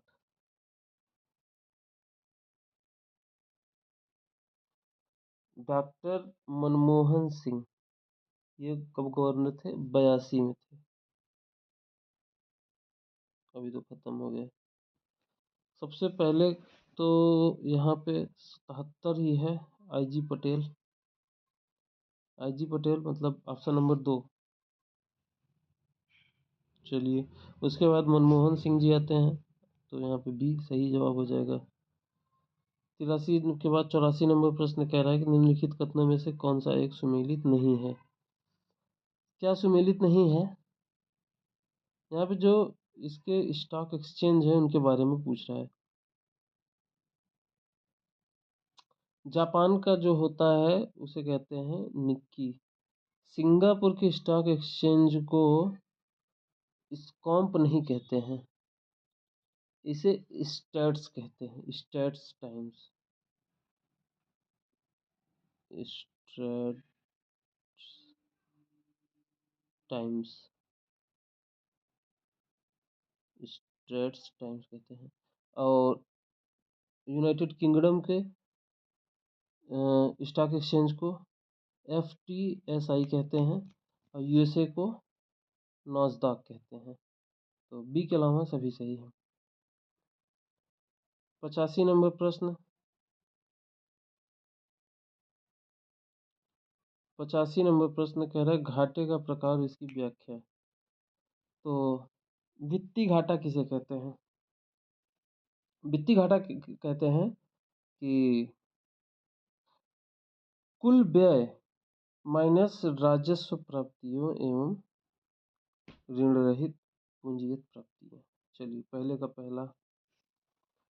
दूसरा कहता है राजस्व घाटा किसे कहते हैं? तो राजस्व व्यय और राजस्व प्राप्तियों को कहते हैं। दूसरे का दूसरा। प्रभावी राजस्व घाटा किसे कहते हैं? राजस्व घाटा माइनस पूंजीगत परिसंपत्तियों के सृजन हेतु अनुदान, ये भी सामने ही है। और डी का तो सामने ही है। प्राथमिक घाटा वित्तीय घाटा माइनस ब्याज भुगतान। तो 1 2 3 4 सही है। 1 2 3 4 ए वाला ही सही है। 86 नंबर प्रश्न कह रहा है कि कथनों पर विचार करिए कि रुपए की पूर्ण विनिमेयता का अभिप्राय क्या हो सकता है? रुपए की पूर्ण विनिमेयता का अभिप्राय क्या हो सकता है? तो रुपए की पूर्ण विनिमेयता क्या हो सकता है? तो अन्य अंतर्राष्ट्रीय मुद्राओं के साथ इसका मुक्त प्रवाह, जैसे डॉलर्स के साथ, युआन के साथ, और जितनी भी करेंसियाँ हैं सबके साथ। दूसरा कह रहा है कि देश के भीतर और बाहर किसी निर्धारित स्थान पर किसी अन्य अंतर्राष्ट्रीय मुद्रा के साथ इसका सीधा आदान प्रदान, ये भी सही है। और तीसरा कह रहा है इसके द्वारा किसी अन्य अंतर्राष्ट्रीय मुद्रा की ही भांति कार्य करना है। इसकी भांति कार्य करना नहीं होता, उसके साथ व्यापार करना। 1 2 सही है, 3 गलत है। 87 नंबर प्रश्न कह रहा है कि कथन के साथ ये करना है अपना। 20वीं शताब्दी में निर्धनता 20वीं शताब्दी में निर्धनता जो है, निर्धनता एवं निर्धन व्यक्ति हमारी चिंता एवं कर्तव्य के विषय बने। सही बात है। और दूसरा कह रहा है कि रणनीतिक रूप से यहाँ लक्ष्य भेदन क्रियाओं का अभाव था, जिसके फलस्वरूप इस मुद्दे को गति मिली। दोनों सही है, दोनों सही है। और रणनीतिक रूप से यहाँ लक्ष्य भेदन क्रियाओं के अभाव था, जिसके कारण ही इस मुद्दे को गति मिली, तो ये बात इसकी व्याख्या भी करता है, तो इसलिए सही भी है। ऑप्शन ए इसका सही जवाब है। चलिए, 88 नंबर का प्रश्न, 88 नंबर का प्रश्न कह रहा है, मिलान करना है। कृषि श्रमिक सामाजिक सुरक्षा योजना कब आई थी? 2001 में। स्वर्ण जयंती ग्राम स्वराज योजना कब आई थी? 1999 में। रोजगार गारंटी योजना कब आई थी? 1993 में। प्रधानमंत्री ग्रामोदय योजना कब आई थी? सन 2000 में। तो 4 पहले को उसमें ऑप्शन डी इसका सही जवाब है। 89 कह रहा है संसदीय सरकार की विशेषता, सरकार के प्रकार उनकी विशेषता के बारे में कह रहा है। तो संसदीय सरकार की विशेषता क्या होती है? संसदीय सरकार में सामूहिक उत्तरदायित्व होता है। अध्यक्षात्मक सरकार अध्यक्षात्मक सरकार में शक्ति का पृथक्करण होता है। संघीय सरकार, जो संघीय सरकार होती है, संघात्मक शासन व्यवस्था जिसे कहते हैं, इसमें शक्तियों का केंद्रीकरण होता है। संघात्मक सरकार में शक्तियों का जो है ये विभाजन होता है, और एकात्मक सरकार में शक्तियों का ये जो है केंद्रीकरण होता है। तो डी का एक इसमें हो सकता है, इसमें नहीं होगा। 1 का 4 तो इसमें ही होगा। ऑप्शन बी इसका सही जवाब हो जाएगा। ठीक है, 90 नंबर का प्रश्न। 90 कह रहा है कि भारतीय संविधान अर्धसंघात्मक है। कह रहा है कि भारतीय संविधान जो है अर्धसंघात्मक है। क्यों है? ये बात सही है कि गलत है? तो ये बात सही है, अर्धसंघात्मक है, क्योंकि अनुच्छेद 1 कहता है भारत राज्यों का संघ होगा, और केसी व्हीलर ने भारतीय संविधान को अर्धसंघी कहा है। केसी व्हीलर ने कहा। ठीक है। दूसरा कह रहा है भारतीय संविधान न तो संघात्मक है न ही एकात्मक, दोनों बातें सही हैं, और यही कारण है कि वो अर्धसंघात्मक है। तो ऑप्शन ए इस प्रश्न का सही जवाब हो जाएगा। 91 नंबर प्रश्न। 91 नंबर प्रश्न कह रहा है कि भारत का संविधान सबसे अधिक लंबा हो गया है। बात तो सही है। मौलिक अधिकारों का अध्याय अमेरिकन संविधान के मॉडल से लिए गए, दोनों बातें सही हैं, और इसकी व्याख्या नहीं करता, इसलिए ऑप्शन बी सही जवाब हो जाएगा। 92 नंबर का प्रश्न कह रहा है कि अनुच्छेद 17 का संबंध किससे है? छुआछूत से है। और अनुच्छेद 21 जीवन के व्यक्तिगत स्वतंत्रता की रक्षा, सही है। अनुच्छेद 24 प्राथमिक शिक्षा का अधिकार नहीं है। ये है आपका कारखानों एवं कारखानों कारखानों एवं अन्य जोखिमपूर्ण कार्यों में बच्चों के नियोजन का निरोध किया गया है। कारखानों में और जोखिमपूर्ण कार्य में बच्चों को नियोजित नहीं किया जा सकता। अनुच्छेद 19 क्या कह रहा है? अनुच्छेद 19 कह रहा है अल्पसंख्यकों की संस्कृति की रक्षा। तो ये भी सही है, ये भी सही, ये भी सही। तो इस प्रश्न के लिए तो ऑप्शन सी हो जाएगा, जो कि गलत है। ठीक है, ऑप्शन सी इसका सही जवाब हो जाएगा। 93 नंबर का प्रश्न। 93 नंबर का प्रश्न कह रहा है कि विधि के सम्मुख समानता, अनुच्छेद 14, 1 का 4 सब मिल गया। कार्य करने का अधिकार, अनुच्छेद 41, ओह 1 का 3 सॉरी। कार्य करने विधि की सम्मुख समानता 1 का 3 तो बी होगा। ठीक है, और कार्य करने का अधिकार अनुच्छेद 41, कार्य करने के लिए सही और मानवीय स्थितियां अनुच्छेद 42, और ग्राम पंचायतों का गठन अनुच्छेद 40। ऑप्शन बी इसका सही जवाब हो जाएगा। 94 नंबर प्रश्न कह रहा है विचार करिए, सही कालक्रम के अनुसार व्यवस्थित करिए।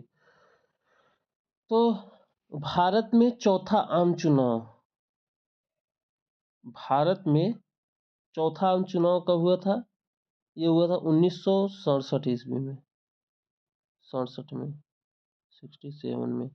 हरियाणा राज्य कब बना था? ये बना था 66 में। मैसूर राज्य का नाम बदल के कर्नाटक कब किया गया था? 73 में। मेघालय और त्रिपुरा को 1972 में अलग किया गया था।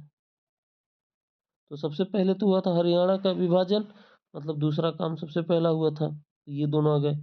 फिर पहला काम हुआ, तो ऑप्शन ए इसका सही जवाब हो जाएगा।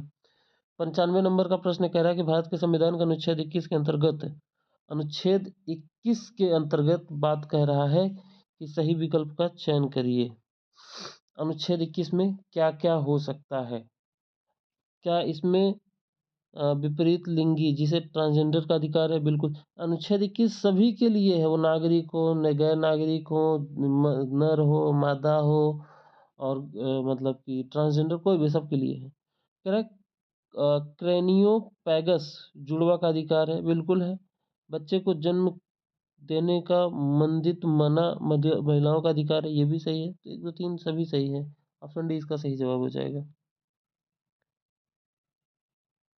और ये जो ट्रांसजेंडर वाला है ना, इसको सर्वोच्च न्यायालय के सामने एक मुकदमा आया था, एक वाद था, जिसे नालसा मामला कहते हैं। नालसा नालसा मामला में ट्रांसजेंडर के लिए ये जजमेंट आया था। 96 नंबर का प्रश्न कह रहा है कि कौन सा मूल कर्तव्य नहीं है? लोक चुनाव में मतदान करना मूल कर्तव्य नहीं है। लोक चुनाव मतदान करना मूल कर्तव्य नहीं, बाकी जो वैज्ञानिक प्रवृत्ति का विकास करना है सही है, ये है, और सार्वजनिक संपत्ति की सुरक्षा करना ये भी है, और इसके साथ ही साथ है संविधान के प्रति निष्ठावान रहना और उसके आदर्शों का सम्मान करना ये भी है। देखिए यहाँ पे 11 जो मूल कर्तव्य हैं दिए गए हैं, भाग 4 क में, भाग 4 ए में 11 मूल कर्तव्य दिए हैं। इसके अंतर्गत एक अनुच्छेद है 51 ए। अनुच्छेद 51 ए में 11 मूल कर्तव्य दिए। हालांकि शुरू में 10 ही थे, लेकिन बाद में इसे 2002 में ये 86वां संविधान संशोधन किया गया, इसमें 11वां जोड़ा गया, तो ये अब 11 हो गए हैं। ठीक है। कौन कौन से हैं इसको आप किताब में पढ़ लीजिएगा। ठीक है। हाँ। अब अगला है कि इनमें कथन और तर्क का प्रश्न है। कह रहा है कि राष्ट्रपति और राज्यपालों पर उनके कार्यकाल के दौरान किसी भी कार्य के लिए न्यायालय में मुकदमा नहीं चलाया जा सकता। कथन एकदम सही है। राष्ट्रपति पर महाभियोग लाया जा सकता है और राज्यपाल को संवैधानिक कृत्यों के करने पर पदच्युत किया जा सकता है। दोनों बात सही है और इसका व्याख्या नहीं करता है। इसकी व्याख्या नहीं करता, इसलिए ऑप्शन बी इसका सही जवाब हो जाएगा। 98 नंबर प्रश्न कह रहा है कि भारत के राष्ट्रपति अप्रत्यक्ष रूप से चुने जाते हैं। बात सही है। सरकार की संसदीय स्वरूप में राज्याध्यक्ष केवल नाम मात्र का होता है। दोनों बातें सही, और इसीलिए वो अप्रत्यक्ष रूप से चुना जाता है। तो बात सही है। ऑप्शन नंबर 1 इसका सही जवाब है। 99 नंबर प्रश्न है, लोकसभा में राज्यों के प्रतिनिधित्व को सुमेलित करें। लोकसभा में किसके पास कितनी सीटें हैं ये कह रहा है। आंध्र प्रदेश के पास है 25 सीटें, तमिलनाडु के पास है 39 सीटें, महाराष्ट्र के पास है 48 सीटें, और पश्चिम बंगाल के पास है 11 सीटें, उत्तर प्रदेश के पास है 80 सीटें। 81, 81, सी मतलब 3। अच्छा, ये कैसे होगा यार? 81, इसमें कैसे मिलान करें? 81, एक का एक, एक सी मतलब ये गलत लिखा है। अच्छा, इसको इसे मिलान करना है। ठीक है। सी का एक, सी का एक ये है, और किसी में नहीं है। तो ऑप्शन डी इसका सही जवाब हो जाएगा। सी का एक ऐसे मिलान करना है, सी का एक, तो सी का एक यहाँ पे है। चलिए 100 नंबर का प्रश्न है। 100 नंबर का प्रश्न कह रहा है कि निम्नलिखित में से भारत का कौन सा प्रधानमंत्री बनने से पहले किसी राज्य का मुख्यमंत्री नहीं रहे थे? कौन से हैं? ये हैं केवल और चंद्रशेखर। बाकी मोरारजी देसाई थे, महाराष्ट्र के थे। ठीक है। चौधरी चरण सिंह तो उत्तर प्रदेश के ही थे। और आपका इधर नरसिम्हा राव साहब, ये, अच्छा, ये बीपी सिंह भी यूपी के थे। बीपी सिंह भी यूपी के थे। और नरसिम्हा राव शायद आंध्र प्रदेश के थे। नरसिम्हा राव आंध्र प्रदेश के थे।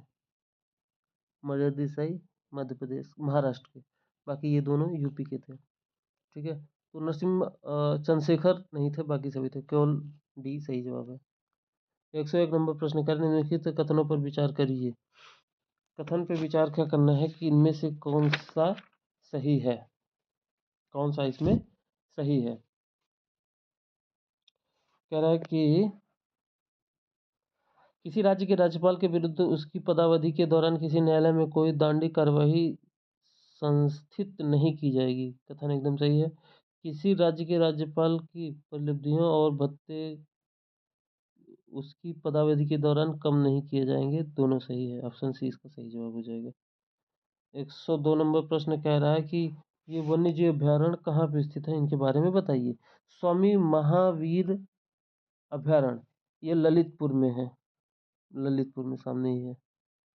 और लाख बहोसी अभ्यारण्य, लाख बहोसी अभ्यारण्य कन्नौज में है, ये भी सामने है। किशनपुर वन्य जीव अभ्यारण्य ये लखीमपुर खीरी में है। वह कौन सुमेलित नहीं है ये क्या है, तो ये लखीमपुर खीरी में बलरामपुर में। कैमूर जो है ये मिर्जापुर और सोनभद्र में स्थित है। तो सी इसका सही जवाब हो जाएगा। 103 नंबर का प्रश्न, कौन सा झील कहाँ पे स्थित है और ये सुमेलित नहीं है, इसके बारे में बताना है। जैसे सौज झील ये मैनपुरी में स्थित है। शेखा झील ये अलीगढ़ में स्थित है। बखीरा झील ये संत कबीरनगर में स्थित है। सरसई झील ये इटावा में स्थित है, इटावा में स्थित है। ऑप्शन डी इसका सही जवाब हो जाएगा। 104 नंबर प्रश्न कह रहा है, निम्नलिखित युग्मों में कौन सा सुमेलित नहीं है। कह रहा है आई आई वी आर क्या मतलब होता है, Indian institute of veterinary research. Indian institute of veterinary research ये कहाँ पे स्थित है। वेटनरी रिसर्च आपका वाराणसी में स्थित है, कानपुर में नहीं, वाराणसी में। ठीक है। IIPR Indian institute of pulses research ये कानपुर में है, ये सही है। IVRI Indian veterinary research institute ये इज्जत नगर बरेली में है। ठीक है। IGFRI Indian grassland and fodder research institute ये झांसी में है। ये वाला गलत है, बाकी सब सही है। 105 नंबर का प्रश्न कह रहा है, ये भी सुमेलित कौन सा नहीं है। कह रहा है कि वाराणसी, वाराणसी में क्या है, वाराणसी में संस्कृति और धर्म ये सही है। लखनऊ, लखनऊ में प्रदेश की राजधानी है, ये भी सही है। झांसी, झांसी क्या है कि ये औद्योगिक क्षेत्र न होकर के ये आपका औद्योगिक क्षेत्र नहीं है, ये आपका पर्यटन क्षेत्र है, पर्यटन क्षेत्र। मुरादाबाद पीतल उद्योग सही है। तो सी वाला गलत है, बाकी सब सही है। सी इसका सही जवाब हो जाएगा। 106 नंबर का प्रश्न कह रहा है कि काली मिट्टी के बर्तन कहाँ पे बनाए जाते हैं। तो ये जो काली मिट्टी के बर्तन है ये निजामाबाद में बनाए जाते हैं। एक कचार, एक कचार, एक कचार, सही, बी वाला सही है। और चीनी मिट्टी के बर्तन खुर्जा में बनाए जाते हैं। पीतल शिल्प कृति मुरादाबाद में और शीशा शिल्प कृति जो है ये फिरोजाबाद में बनती है। पीतल मुरादाबाद, चीनी खुर्जा। ठीक है। चलिए 107 नंबर का प्रश्न कह रहा है, कृत्रिम अंग निर्माण कहाँ पे, कानपुर में होता है, सही है। कांच उद्योग फिरोजाबाद में होता है, ये भी सही है। परमाणु विद्युत संयंत्र, परमाणु विद्युत संयंत्र ये कहाँ पे है, नरोरा में है, लखनऊ में नहीं है। DLW वाराणसी में है, सही है। सी वाला गलत है, बाकी सब सही। इस प्रश्न के लिए सी सही जवाब है। 108 नंबर का प्रश्न कह रहा है कि लखनऊ में कौन सा हवाई अड्डा है, अमौसी। वाराणसी में बाबतपुर, कानपुर में चकेरी है और आगरा में खेरिया है। तो एक का तीन और दो का एक, हाँ सही, ऑप्शन डी इसका सही जवाब है। 109 नंबर का प्रश्न, भोजपुरी जो है पूर्वी उत्तर प्रदेश की लोक भाषा है। भोजपुरी पूर्वी उत्तर प्रदेश की लोक भाषा है, ये बात सही है। पूर्वी उत्तर प्रदेश के लोग अन्य भाषाओं में असहज होते हैं। काहे भाई असहज होते हैं? बोल लेते हैं, गलत बात। 109 का सी, क्योंकि ए सही और गलत। चलिए 110 नंबर के प्रश्न पे चलते हैं। 110 नंबर प्रश्न कह रहा है कि सूर्यकांत त्रिपाठी का उपनाम क्या है? सूर्यकांत त्रिपाठी निराला। रघुपति सहाय का उपनाम क्या है? फिराक गोरखपुरिया। और वैद्यनाथ मिश्र का नागार्जुन। धनपत राय का मुंशी प्रेमचंद। तो एक का 3, सूर्यकांत त्रिपाठी निराला, एक का 3, एक का 3, एक का 3, अरे सब में है। चलिए बी से मिलान करते हैं। रघुपति सहाय फिराक गोरखपुरिया, 2 का 4, 2 का 4, चलिए ये आ गया 3 का। वैद्यनाथ मिश्र का 2, ये सही है, ऑप्शन सी। ठीक है, ऑप्शन सी इसका सही जवाब है। कह रहा है कि एक श्रेणी निम्नवत है, दी गई श्रेणी का 100वां पद ज्ञात करिए। दी गई श्रेणी का 100वां पद ज्ञात करना है। श्रेणी क्या है? 5, 7, 9, 11 और 19। इसमें सब में 2-2 का अंतर है। 2-2 का अंतर है, इसका मतलब ये सार्वंतर 2 है। सार्वंतर जिसे डी कहते हैं, डी 2 है। डी बराबर 2। पहला पद क्या है? 5, ए बराबर 5 है। और क्या कह रहा है? पदों की संख्या n, n बराबर 100। तो एक फार्मूला होता है T N equal to A plus n minus 1 into D. ठीक है, टी एन मतलब 100वां पद बराबर पहला पद प्लस मतलब 100वां पद जो निकालना है, पदों की संख्या -1 गुणे सर्वांतर। तो यहाँ से हम निकालेंगे T N equal to N, A मतलब 5, A plus N minus 1, N मतलब कि 100, एन माइनस 1 मतलब 99, A plus N minus 1 99 into D गुणे 2। क्या हो जाएगा? 9 दूनी 18, 9 दूनी 18, 19 प्लस 5, 8, 5, 13, 203। 203 इसका सही जवाब है, ऑप्शन ए। ठीक है, चलिए 112 प्रश्न। निम्नलिखित में से कौन सा समूह अन्य से भिन्न है? ये जो समूह दिए हैं ये अन्य से भिन्न है, इनमें से कौन सा भिन्न है? अब देखिए 3, 11, 13, 17 ये सभी अभाज्य संख्याएं दिख रही हैं। और बी 7, 14, 18, 37 ये दोनों भाज्य हैं, बाकी तो भाज्य हैं। 5, 3, 5, 41, 47 ये भी अभाज्य हैं। 3, 7, 17, 41 ये सभी, ये तीनों अभाज्य हैं, अभाज्यों का समूह है ये तीनों। जबकि इसमें 2 संख्याएं भाज्य हैं, तो अन्य से भिन्न यही है कि इसमें भाज्य है। तो बी इसका सही जवाब हो जाएगा।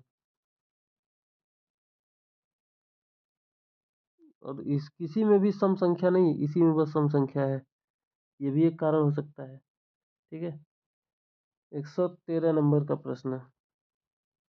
एक परीक्षा में 35% छात्र पास हुए और 455 छात्र फेल हुए। 35 छात्र पास हुए, इसका मतलब 65 फेल हुए। तो 65 बराबर कितना दिया है? 455। तो एक का मान कितना हो जाएगा? बटे 65। तो क्या पूछा है? कितने छात्र बैठे थे? 7 पूरे मतलब 100। तो ये हो जाएगा 6 से 42, 7 बच जाएगा, 7 5 35, 700 छात्र। ऑप्शन बी इसका सही जवाब हो जाएगा, 700 छात्र सही है। चलिए 14 नंबर का प्रश्न। एक आदमी ने एक टीवी सेट 3500 रुपये में खरीद कर 20% लाभ में बेच दिए। 20% लाभ का मतलब ये हो गया 5 रुपये में खरीदा, 6 रुपये में बेच दिए। तो कह रहा है कि इतने में खरीदा, 3500 रुपये में खरीदा, मतलब हमने तो इतना लिखा, तो इसका मतलब यह है कि 700 गुना ज़्यादा करना पड़ेगा। तो 700 गुना ज़्यादा इसमें भी कर दें, 7 6 42, 4200 रुपये। ठीक है, तो ऑप्शन बी इसका सही जवाब हो जाएगा। ऑप्शन बी इसका सही जवाब हो जाएगा। 115 नंबर का प्रश्न कह रहा है, एक व्यक्ति 10 व्यक्ति 9 घंटे रोज काम करते हैं, मतलब कितना घंटा काम हुआ, 9 × 10, 90 घंटा काम हुआ। एक काम को 20 दिन में करते हैं, तो 20 दिन में भी कर रहे हैं तो इतना घंटा काम हो गया। तो कितने दिन में 25 व्यक्ति 6 घंटे काम करके करेंगे? तो ये देखिए, इसको काटेंगे तो 2 तिहाई 6, 3 × 9, ठीक है, और 2 पंचे 10, पचम 25, 5 चौके 20, तो 4 × 3 12, 12 दिनों में, ठीक है। 116 नंबर का प्रश्न, इस श्रेणी का अगला पद क्या होगा? ये जो श्रेणी दिया हुआ है इसका पद क्या होगा? तो इन दोनों में गैप देखते हैं क्या है। इसमें 13 का गैप है और इसमें गैप है 6, 15, 30, 26 का गैप है, और इसमें 9, 4, 3, 13, और अगला क्या होगा? 13 दूनी 26, 33 29, 13 × 4 = 52, इसमें 52 जोड़ देंगे तो 2 जिसमें लास्ट में होगा वही 132। 132 इसका सही जवाब हो जाएगा। 117 नंबर का प्रश्न कह रहा है कि लुप्त संख्याएं ज्ञात करिए। लुप्त संख्या कैसे ज्ञात करेंगे? लुप्त संख्या, ये 2 श्रेणी चल रही है, देखिए, एक ये और दूसरा ये, एक घट रही है, दूसरा बढ़ रही है। हाँ, ये बढ़ रहा है 2 2, ये घट रहा है 2 2, है ना। 2 घटा, लेकिन यहाँ से तो 5 घट गया। 3 घटा यहाँ से, और यहाँ 5, 3 5, और यहाँ पे 2 बढ़ा, और यहाँ पर भी 2 बढ़ा। अच्छा, फिर यहाँ पे भी 2 बढ़ना चाहिए, 8 होना चाहिए। 8 ऑप्शन में है, 8 8, पहले ऑप्शन में 8 ये है, और दूसरे में 7 कम होगा तो 0 हो जाएगा, 8 0, ऑप्शन ए इसका सही जवाब है। 117 का ए। सिस्टर को कोड भाषा में इतना लिखा गया, एआरसी को इतना लिखा गया, तो अरेस्ट को क्या लिखा जाएगा? ए का कितना हो गया? ए का हो गया 6, 6 से शुरुआत सबकी है, चलो भाई। तो आर, आर का मतलब 5, 55, 6 के बाद 55 सभी में है, चलो कोई बात नहीं। ई का 4, ई का 4 इसमें नहीं है, इसमें नहीं, इसमें नहीं, ये डी। 119 नंबर का प्रश्न, यदि एब्सेंट को ये लिखा जाए तो इसको क्या लिखा जाएगा? 1 का अपोजिट जेड, 1 26, तो इसका 16, 16 का अपोजिट 11, है ना। 11 का मतलब ये हो गया के ये, चलो एक कटा। पी का मतलब 18, 18 का विपरीत क्या हो जाएगा? 9, और 9 को आई से, चलो ठीक चल रहा। ई को 5 से, ई का विपरीत हो जाएगा 22, 22 को बी से, ये हो गया बी, ठीक है। चलिए, ऑप्शन नंबर 20 का सही जवाब हो जाएगा। विपरीत चल रहा है इसमें और कुछ नहीं। यदि ए तथा बी भाई हैं, सी ए की बहन है, ए बी भाई हैं, और सी जो है बी की बहन है, तो ए की भी बहन हुई, ठीक है। डी ई का भाई है, डी का भी कोई पता नहीं है, तथा ई बी की पुत्री है, ई बी की पुत्री है, ठीक। कह रहा है डी ई का भाई है, तो इसका भाई डी हो गया। तो कह रहा है डी के चाचा कौन होगा? ए, डी का चाचा ए, क्योंकि सी जो है वो बुआ हो जाएगी। और ए खुद उसकी ए बहन है, ई बहन है, और सी क्या है कि बुआ हो जाएगी, बी पिता हो जाएगा, बचा ए। 121 नंबर का प्रश्न कह रहा शैलेंद्र उत्तर की ओर 4 किलोमीटर चलता है। उत्तर की ओर ये 4 किलोमीटर चला और बाएं मुड़कर 6 किलोमीटर चला, पुनः दाएं मुड़कर 4 किलोमीटर चला और प्रारंभ बिंदु से कितना किलोमीटर दूर है। ठीक है, कह रहा है कि उत्तर की ओर 4 किलोमीटर और वह बाएं मुड़कर 6 किलोमीटर, पुनः दाएं मुड़कर 4 किलोमीटर चलता है, तो प्रारंभ बिंदु से वो कितना दूरी पे है। तो यहाँ से यहाँ तक की दूरी ये पूछ रहा है। तो ये 4 हो गया, ये 4 हो गया, 8, 8 और ये 6 हो गया। तो एक ट्रायंगल बन रहा है 8, 6, तो ये 10 हो जाएगा, क्योंकि 8 अठाई 64 प्लस 6 संग 36, ये हो जाएगा 100, √100 बराबर 10। ठीक है, ऑप्शन डी इसका सही जवाब हो जाएगा। 122 नंबर प्रश्न कह रहा है यदि किसी महीने की 7 तारीख के 2 दिन बाद, यदि किसी महीने की 7 तारीख रविवार के 2 दिन बाद, रविवार के 2 दिन बाद का मतलब मंगलवार, मंगलवार पड़ता है, तो महीने की 27 तारीख के बाद का अगला दिन क्या होगा। तो कह रहा है यदि किसी महीने की 7 तारीख रविवार के 2 दिन पहले पड़ता है, अच्छा रविवार के 2 दिन पहले पड़ता है, तो ये शुक्रवार होगा। 7 तारीख को शुक्रवार होगा, रविवार के 2 दिन पहले शुक्रवार हो जाएगा। कह रहा है कि 27 तारीख के बाद, इट मीन्स 28 तारीख, 27 तारीख के बाद अगला दिन मतलब 29 तारीख, 29 तारीख और 7 तारीख में घटा देंगे तो बचेगा, 7 तारीख में से 19 तारीख घटा देंगे तो 22 दिन बचेगा। 22 दिन में कितने बार सप्ताह पूरे होते हैं? 22 दिन में 7 त्रिक 21, एक शेष बचा, मतलब एक दिन अतिरिक्त, शुक्रवार के एक दिन बाद क्या होगा? शनिवार। तो शनिवार ऑप्शन 20 का सही जवाब होगा। 28 तारीख को शुक्रवार, 27 के बाद का अगला दिन। ठीक है,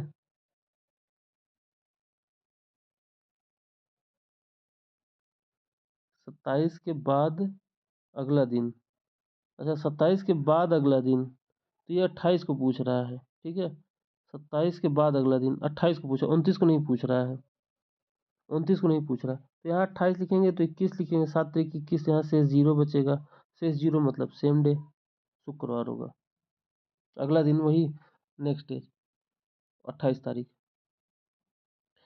यदि एक घड़ी मंगलवार को दोपहर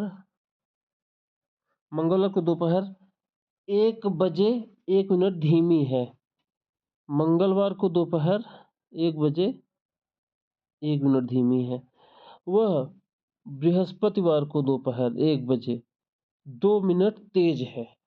अच्छा, तो मतलब ये है कि अभी तक में काफी धीरे हो गई है।